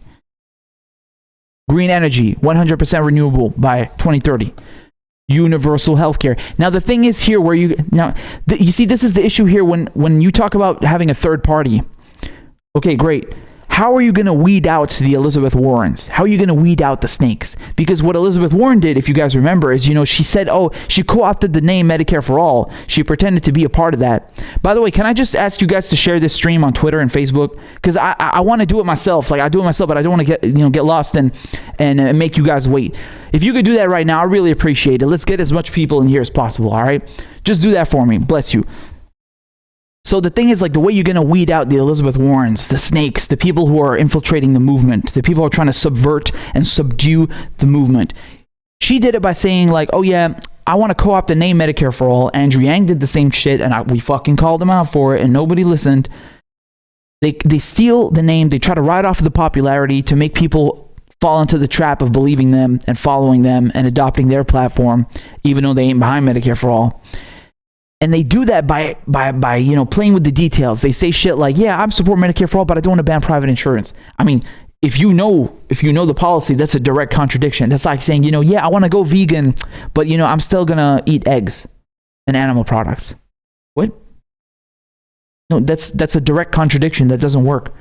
No, it's fine. I want to go vegan, but I'm still gonna eat animal products. What? That's Andrew Yang. That was literally Andrew Yang. He's saying, I want Medicare for All, but I'm not gonna ban private insurance. Did you read the fucking bill? Whatever. But and then it was very funny watching like people try to rationalize his lying. They would say like, no, but Andrew Yang, he can do that. Bernie Sanders doesn't own Medicare for All. He doesn't own the name Medicare for All. Like, and you're like, yeah, but he does. It's a bill. It's a piece of legislation that he fucking wrote. And they're still like, yeah, but still, Andrew Yang can use it. The way you weed these motherfuckers out, the way you make sure that you don't have no bullshit within the fucking movement, so that it's rolling full steam ahead and everybody is on board and we ain't got no fucking issues, right? You can't start a train up and you got one motherfucker at the front, say next to the conductor saying, you know what, I think we should power it with coal, and you got another guy saying, no, hold on, I got a nuclear fucking engine over here. No. You have to agree on a fucking platform and on the detail, so there's no bullshit down the line. Do you understand? And you need to do this with all the things. So when you say we want universal healthcare, you got to fucking decide. Do you want a Bismarckian system, right? Like in Germany? Do you want a French system? Do you want to nationalize the entire healthcare industry like in the UK? What do you want exactly? Do you want Medicare for All? And when you say Medicare for All, you got to outline the shit 100%. You got to be very fucking clear. Progressive tax, right? A progressive tax. I don't care if to use an entire A4 page in the bill and write it in bold. Progressive tax. So there's no fuckery. All right? Progressive tax. That's it. No regressive tax like Elizabeth Warren. Not a fucking head tax. No. Progressive tax. End of story. Shut the fuck up. This is our platform. We're adopting it. All right? Now look, we're not trying to say like, oh, there shouldn't be room for dialogue within the party, and this is not democratic. No. This is so we don't have any bullshit down the line, like we just saw, where a movement gets fractured. Do you understand? You don't want people from the fucking CIA coming in, or idiots who simply don't know any better being brainwashed and then causing a fracture. Do you get what I'm saying? It's a platform. We're writing the platform. You like it, come on board. If you don't, fuck off. But you're not going to get on board and then start debating with us what the fuck is written in bold. Do you get what I'm saying? We're doing a service to ourselves and to you.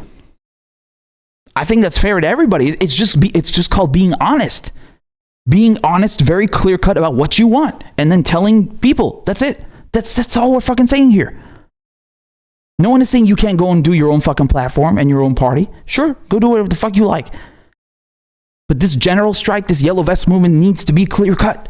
You can't have another repeat of this primary, this bullshit where you have, Bernie Sanders trying his best to go against the establishment, and you got a fucking Andrew Yang, and you got a fucking Buttigieg, and you got a fucking Warren coming in and diluting and muddying the waters and stealing this and that and co-opting names, and then, changing things behind the scenes on the campaign trail. No. I mean, the very definition of a general strike, the whole fucking concept is that we all get together as one. This is the whole fucking fundamental point. We all get together as one. Do you think when Pete Buttigieg and Cory Booker and Beto O'Rourke and all of these snakes, they dropped out of the presidential race and they got behind Biden, do you think they were having disagreements about, I think I'll endorse Biden on this date at this time, and you can do that at, this date at this. No. Obama called them up and he told them, listen, assholes, tomorrow you drop out and you get with Biden in Texas. We're having a rally. All right. See you there, or I'm gunning down your fucking family. Good night. No bullshit. Do you understand?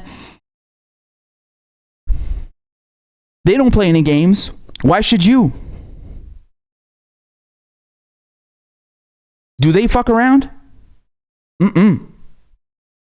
Neither should you.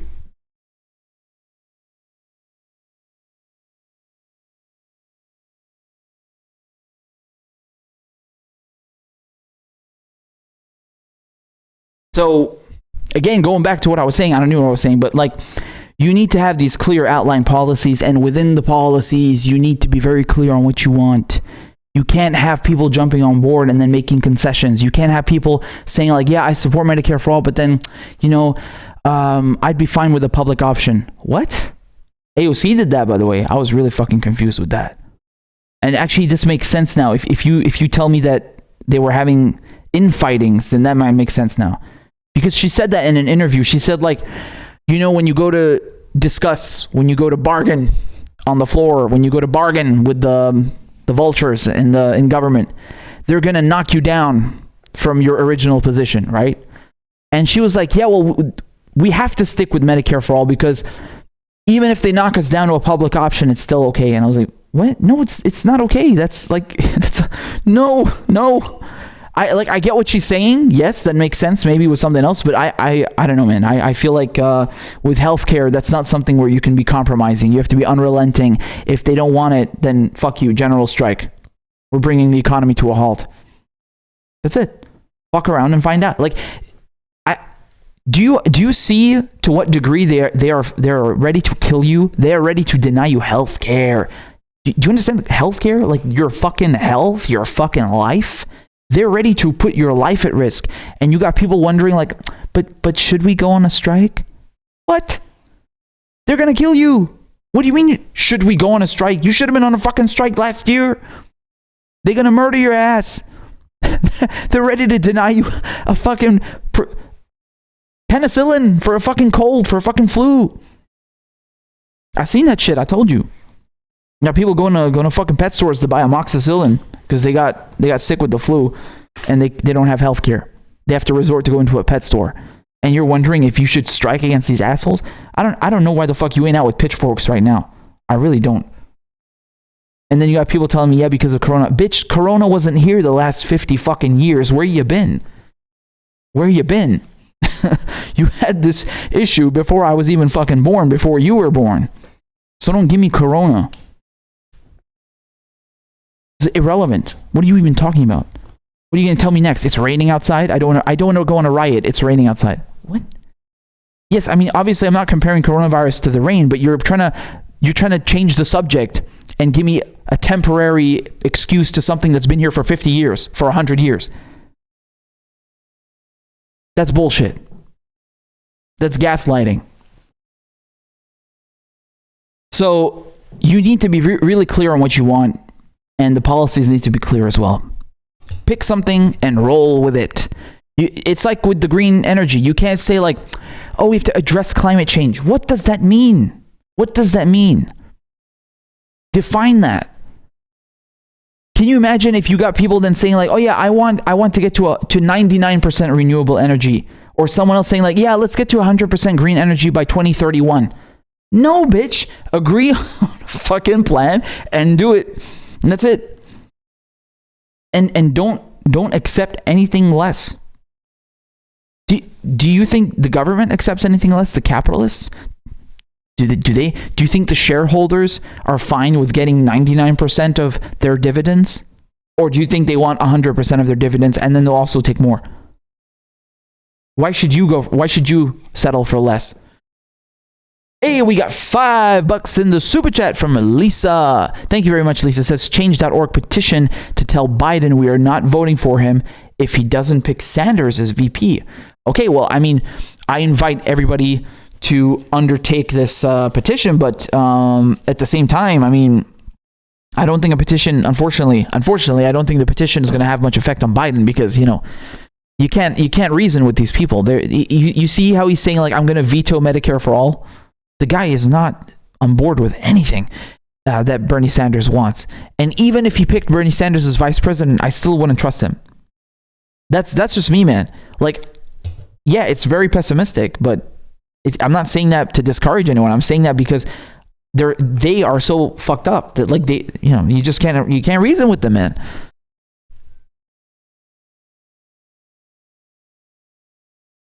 So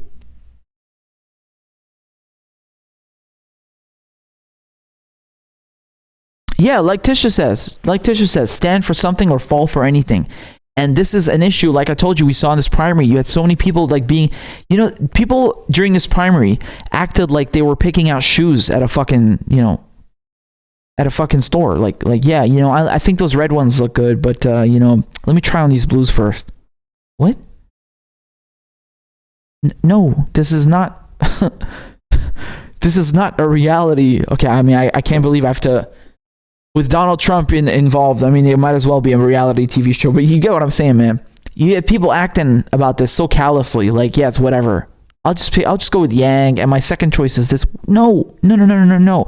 You do not comprehend that these people are fake. They shouldn't be your 90th fucking choice. They're not an option. You might as well go and run for president yourself, because at least I trust you more than Do you get me, man?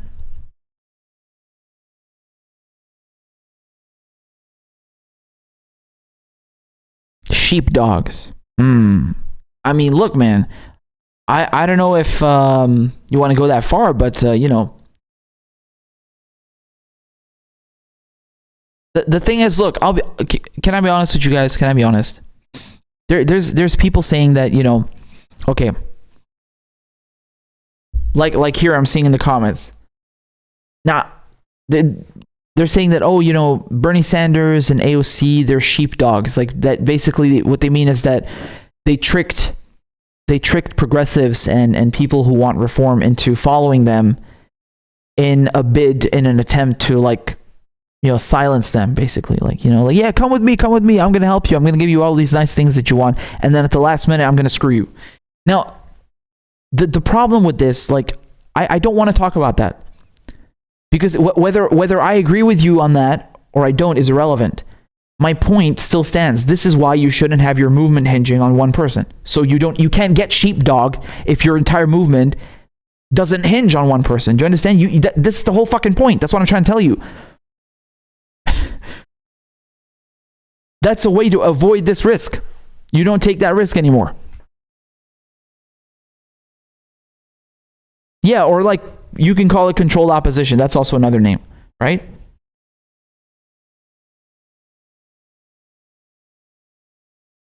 Yeah, also, I know that I see the discussion going on here with, buying yellow vests. I find it kind of ironic that we're kind of all forced to buy them on Amazon because it's the easiest way.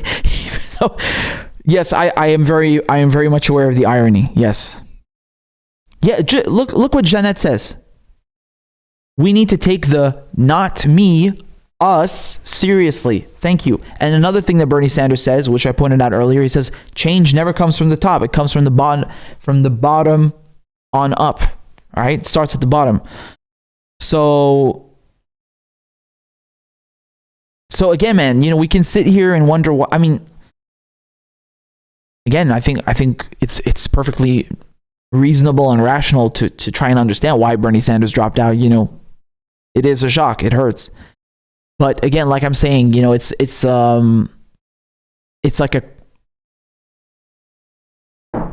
splash of cold water, in the face. It's a rude awakening. That's what it is. It's a rude awakening that this, this idea of relying on an elected representative to fulfill something that only a movement can fulfill is not going to work. And it's what annoys me more about Bernie Sanders is not him dropping out. I mean, yes, I'm very annoyed, but what annoys me more is that he's not using his movement. Like he's already done the work, man. He's done something which is fucking. I mean, this is not easy building a movement. This is not easy. This is some serious shit, and he could use it to do really, really wonderful things anytime, even now after he's dropped out. You could even argue that, some people might argue it's even more potent. It's more threatening now that he's dropped out, because the it would be viewed as more of a confrontation against the establishment, right? Because before, some people might argue, he's using his movement unfairly to do strikes and stuff to kind of threaten his way into the nomination. But now that he's dropped out, I mean, he's not, looking to get nominated. No, he's looking to get change effected. That would look much more potent on the surface, at least. I don't know. That's one argument you could make. Who the fuck cares? I mean, I'm not interested in how it looks on the surface. I'm interested in results. I want people getting healthcare. I want them having $25 an hour, etc. That's what I care about. I want results.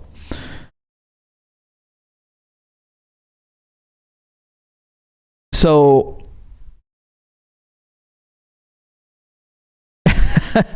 Baby Matt, I see your comment. Like boycott Amazon, rob a crosswalk guard. That's also bad.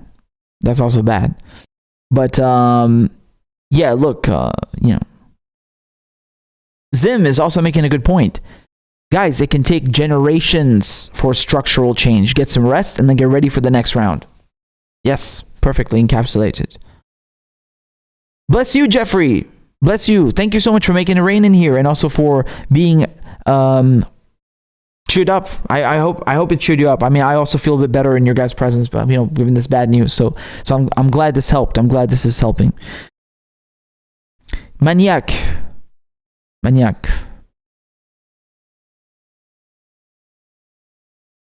The movement needed a fighter, it got a politician. Ouais, c'est ça le truc. Tu vois, les ricains, ils ont pas encore compris que ça suffit pas, tu vois, d'avoir un politicien, non. Ils ont pas encore pigé ça, tu vois. Ça va prendre un peu de temps. Peut-être aujourd'hui, ça va suffire. On verra. J'espère qu'aujourd'hui, c'était un petit réveil. Voilà.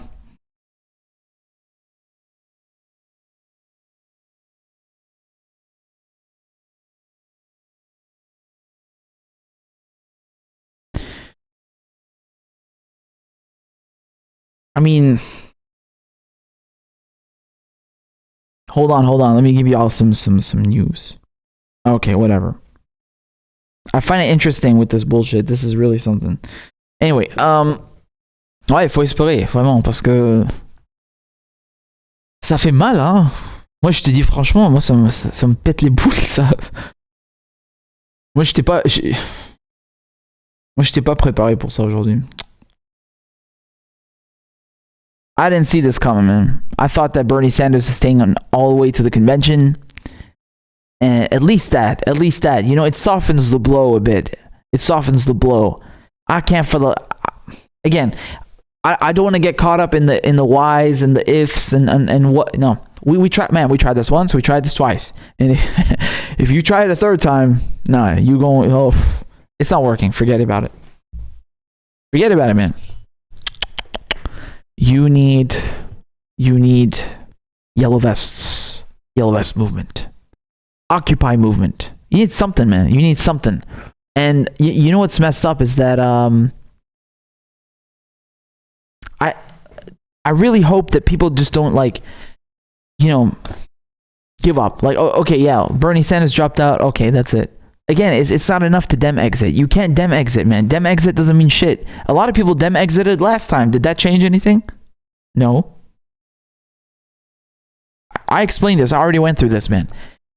What you need to do now, you need to take the rage, the justified rage, the outrage that people are feeling and convert that into action. And I don't think Bernie Sanders is going to do it for you, unfortunately. That's the thing. That's the thing, man. It's pretty fucked up. Like, I get a bit worried sometimes because not only do you have this huge disappointment and upset now with progressives, man, I'm still not digesting it that Bernie Sanders is out. Holy shit. I can't believe that these fucking cocksuckers, these people like Alyssa Milano are gonna have their smug fucking faces now that Joe Biden is this and Joe Biden is that. These fucking pieces of shit, man. It really makes me angry. It really does. I can't tolerate this, man.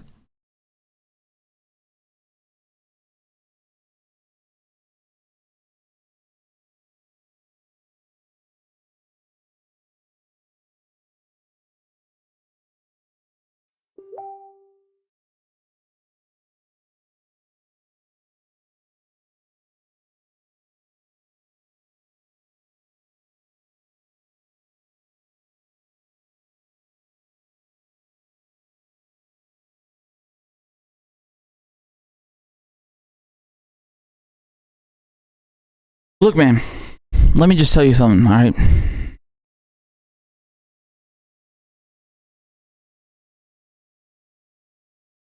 I'm trying to regain my composure, all right? I gotta think about pizza. No, seriously though, listen. We have several enemies to deal with right here.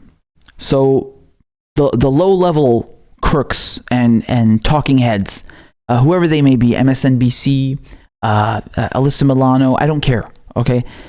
These hacks, the political hacks, they can go and fuck themselves if they think that progressives are going to go and vote for Joe Biden. Joe Biden doesn't support a single fucking policy that Bernie Sanders was proposing. And even if tomorrow morning he adopted Bernie's platform and he said that Bernie Sanders is going to be my VP pick, he'd be a fucking liar. Just like he lied about the Iraq war, just like he lied about not wanting to cut Social Security, just like he lied about Tara Reid, just like he lies about every single fucking thing that comes out of his mouth. Last week, he was telling people to go vote in Wisconsin, and then today he's saying that, oh, my gut feeling was that people shouldn't go. Make your fucking mind up. Which one is it? Which one is it? This guy can't even string together a coherent sentence, and he's going to go up against Donald Trump, who clobbered 16 career Republicans. Do you remember how he dealt with those crooks in the Republican Party? And then he dealt with Hillary Clinton. He clobbered her over the head with her record, which seems very, very, very similar to what Joe Biden's record is. Very peculiar. Yeah, that's not going to work. All right. He's going to decimate Joe Biden. Today, Donald Trump is celebrating 4 more years in the White House. Today was not Bernie Sanders just dropping out. Today was also Donald Trump winning re-election. Make no fucking mistake and mark my goddamn words. Okay? Because short of a fucking asteroid hitting the White House, Biden is not getting elected, and they have already laid down the groundwork to blame the progressives.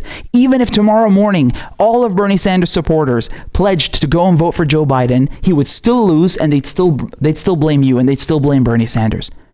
Just like they did in 2016. And they're never going to shut up about it because they don't know how to self-criticize. They don't know how to look inwards. Wow, am I really supporting a fucking war criminal who likes to bomb Iraqi children and blow off their fucking legs with cluster bombs and then come here and say that he's a decent man? Yeah, it appears that you are doing that, you fucking gaslighting pieces of shit. And then you're going to come here and tell us that this guy who locks up blacks for decades and throws away millions of Latinos and black youth into jails and then rapes women, that he's a better person than the orange Cheeto man, the orangutan? Oh yeah, this blue rapist is better than the red rapist. Go and fuck yourselves with your stupid garbage. No one is buying that. No one is buying your nonsense. You haven't pivoted in any way to appease and appeal to Bernie Sanders supporters, to appeal to progressives. You're not giving them health care. You don't care if they die. You don't care if they can visit a doctor. You don't care if they make a living wage. Nothing. And on top of it, you're just nominating a shittier version of Trump, one who can't even speak, who, instead of doing Twitter rants, he goes and yells at voters in their faces and tells them, what does he call them? Lying dog-faced pony soldiers. And he wags his finger in women's faces and then walks away. And then he tells a Hispanic man who's concerned about the millions of fucking people that Joe Biden and Obama deported. He's asking him to reckon that. He's asking him to confront that. And then he tells him, go vote for Trump. Well, you know what? You've told a lot of people to go vote for Trump. And I think they just might do that. So these political hacks, these talking heads can go and fuck themselves. Today, what happened? Donald Trump won re-election. And on top of it, the capitalist system prevails. That's it. The capitalist system prevails. It doesn't matter if Biden wins, which he's not, and it doesn't matter if Trump wins. The capitalists win. They control the country. They run the show. That's it. And I mean, even if Bernie Sanders won, they would have still maintained the same power structure. Just, they would have had to give a few more crumbs to the peasants, make a few concessions, but they would have still been running the show, of course. Even if you implemented every single one of Bernie Sanders' policies, the capitalists still own the means of production. They are still going to exploit you for your labor. They are still going to be reaping the benefits of what you sowed. Of course. You'd finally have some dignity as a worker, having health care, having paid sick leave, having universal child care, which other workers have in other Western European countries and in Canada and in the developed industrialized world. Those things. But no. Today, Donald Trump won re-election, okay? and the capitalists get to keep their little system. So the only thing that you have left now, you have to make sure that you coalesce. You have to make sure that you organize. You cannot depend on one person, on a Bernie Sanders or a AOC. An AOC. You cannot depend on a Bernie Sanders or an AOC or a few group of progressives. That's not going to work. All right. Today has proven that once again.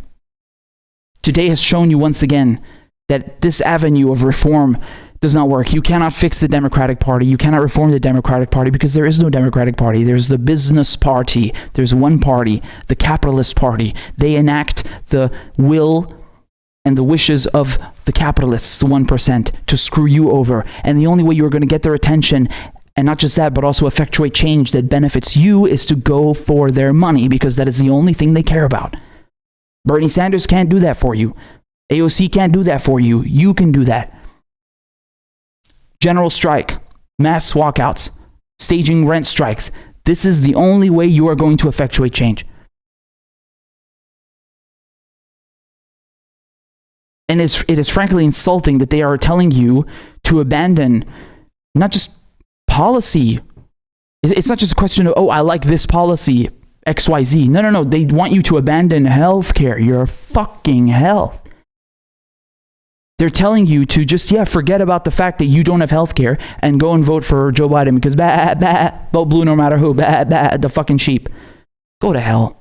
Go to hell, man. How disrespectful. They respect you so little that they've given you someone with dementia. It's not even Hillary Clinton. No. This time it's a guy with dementia and the same shitty record. So Donald Trump can have an even easier time of clobbering him over the head and making minced meat out of him. And then they're going to blame you when Trump wins. Yeah, okay. It doesn't matter who wins, man. Again, the capitalists win. That's what counts. They don't have to make any fucking concessions now. And matter of fact, the Democrats prefer Trump. You know why? You know why they prefer Trump? Because they're going to get to spend the next 4 years blaming you, the Bernie bros, right? Right now, it's like, oh, we need you. We need you. We love Bernie. And, he had a good run. We need you. Come vote for us. But as soon as they lose the election, which they will, they're going to say, oh, the Bernie bros. The Bernie bros. The misogynistic, toxic Bernie bros. And then, of course, on top of it, they might even bring in Russia, too. Right? They'll bring in Russia, too, in the mix. Oh, Russia did this. Yes. Lenin himself, he came and hacked the computers, and, that's why Trump won. Not us. No, we didn't do anything wrong. No. These fucking hacks.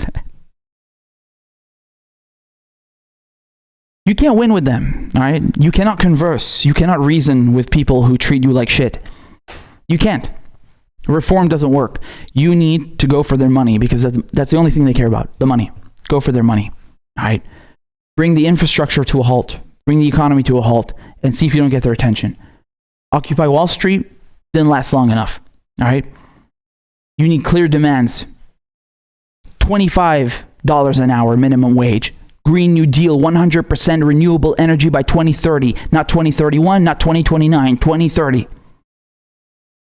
Universal child care, all right? What else? Worker co-ops.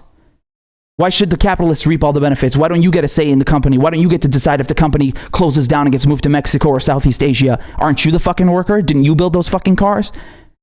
Who is this cocksucker who owns some shares who's never even visited the fucking plant, getting to decide what happens with your job? What's up with that? That ain't fucking fair to me. That don't sound right to me. There's something really, really wrong with that, in my opinion. You need clear demands, and you cannot stop until you get them. And Alyssa Milano and Chuck Todd and everyone and your attendant and all these talking heads can go and fuck themselves. All right? Today, say au revoir to Bernie 2016 and Bernie 2020. This was a kick in the ass. This was a prod. This was a wake-up call. It was a rude awakening that you will not achieve any of the policy wishes that you have, any of the changes that you wish to see through elected officials and through reform through the Democratic Party. No. This was a wake-up call that you need to explore and undertake another avenue. So heed this call. That's all I'm saying.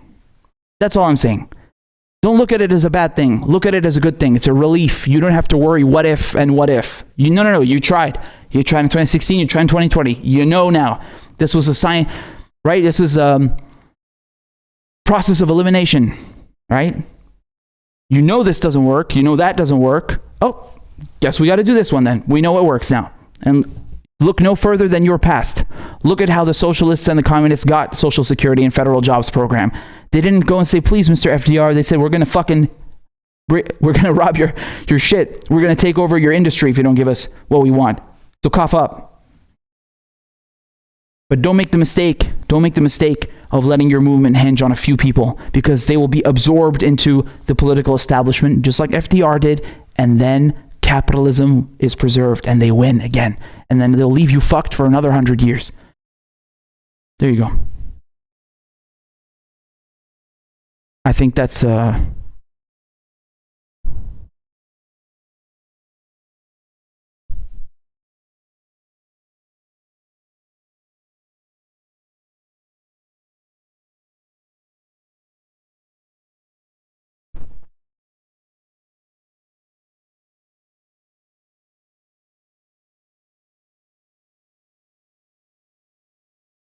I think that's I think that's the gist of it. So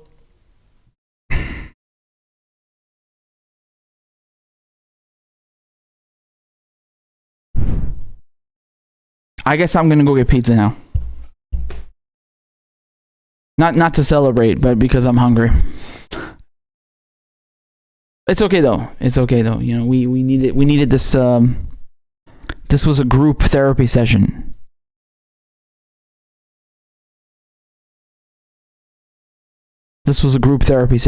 My guys, my lovelies. But it's okay. Like I said, you don't have to wonder if now. You know. Now you know. Now you know. Now you know. All right, guys. Thank you for joining me. I really appreciate all the comments, the discussion, the debate, the reconciliation. I think it'll be quite a while before we reconcile with what just happened today, but it's okay. We're learning. These will be lessons not easily forgotten, will they? It's okay. It's okay, guys. Don't worry. We got this. Mona, don't worry. Me too. I'm trying to hide it as much as I can. But you know,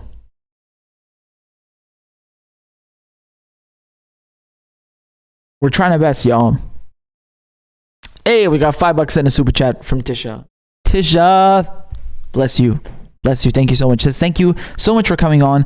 I was honestly losing it this morning. Hey, I don't blame you. I mean, I told you guys I was already filled with anxiety and I was feeling terrible all around. And then I saw this on top of it and I was like, oh, Lord, help us. You got to be kidding me. So I feel you, but I thank you. I thank all of you for coming and joining in and, talking, conversing with me, not leaving me to rant alone. Oh, yeah. So thank you guys very much for all your support. I'm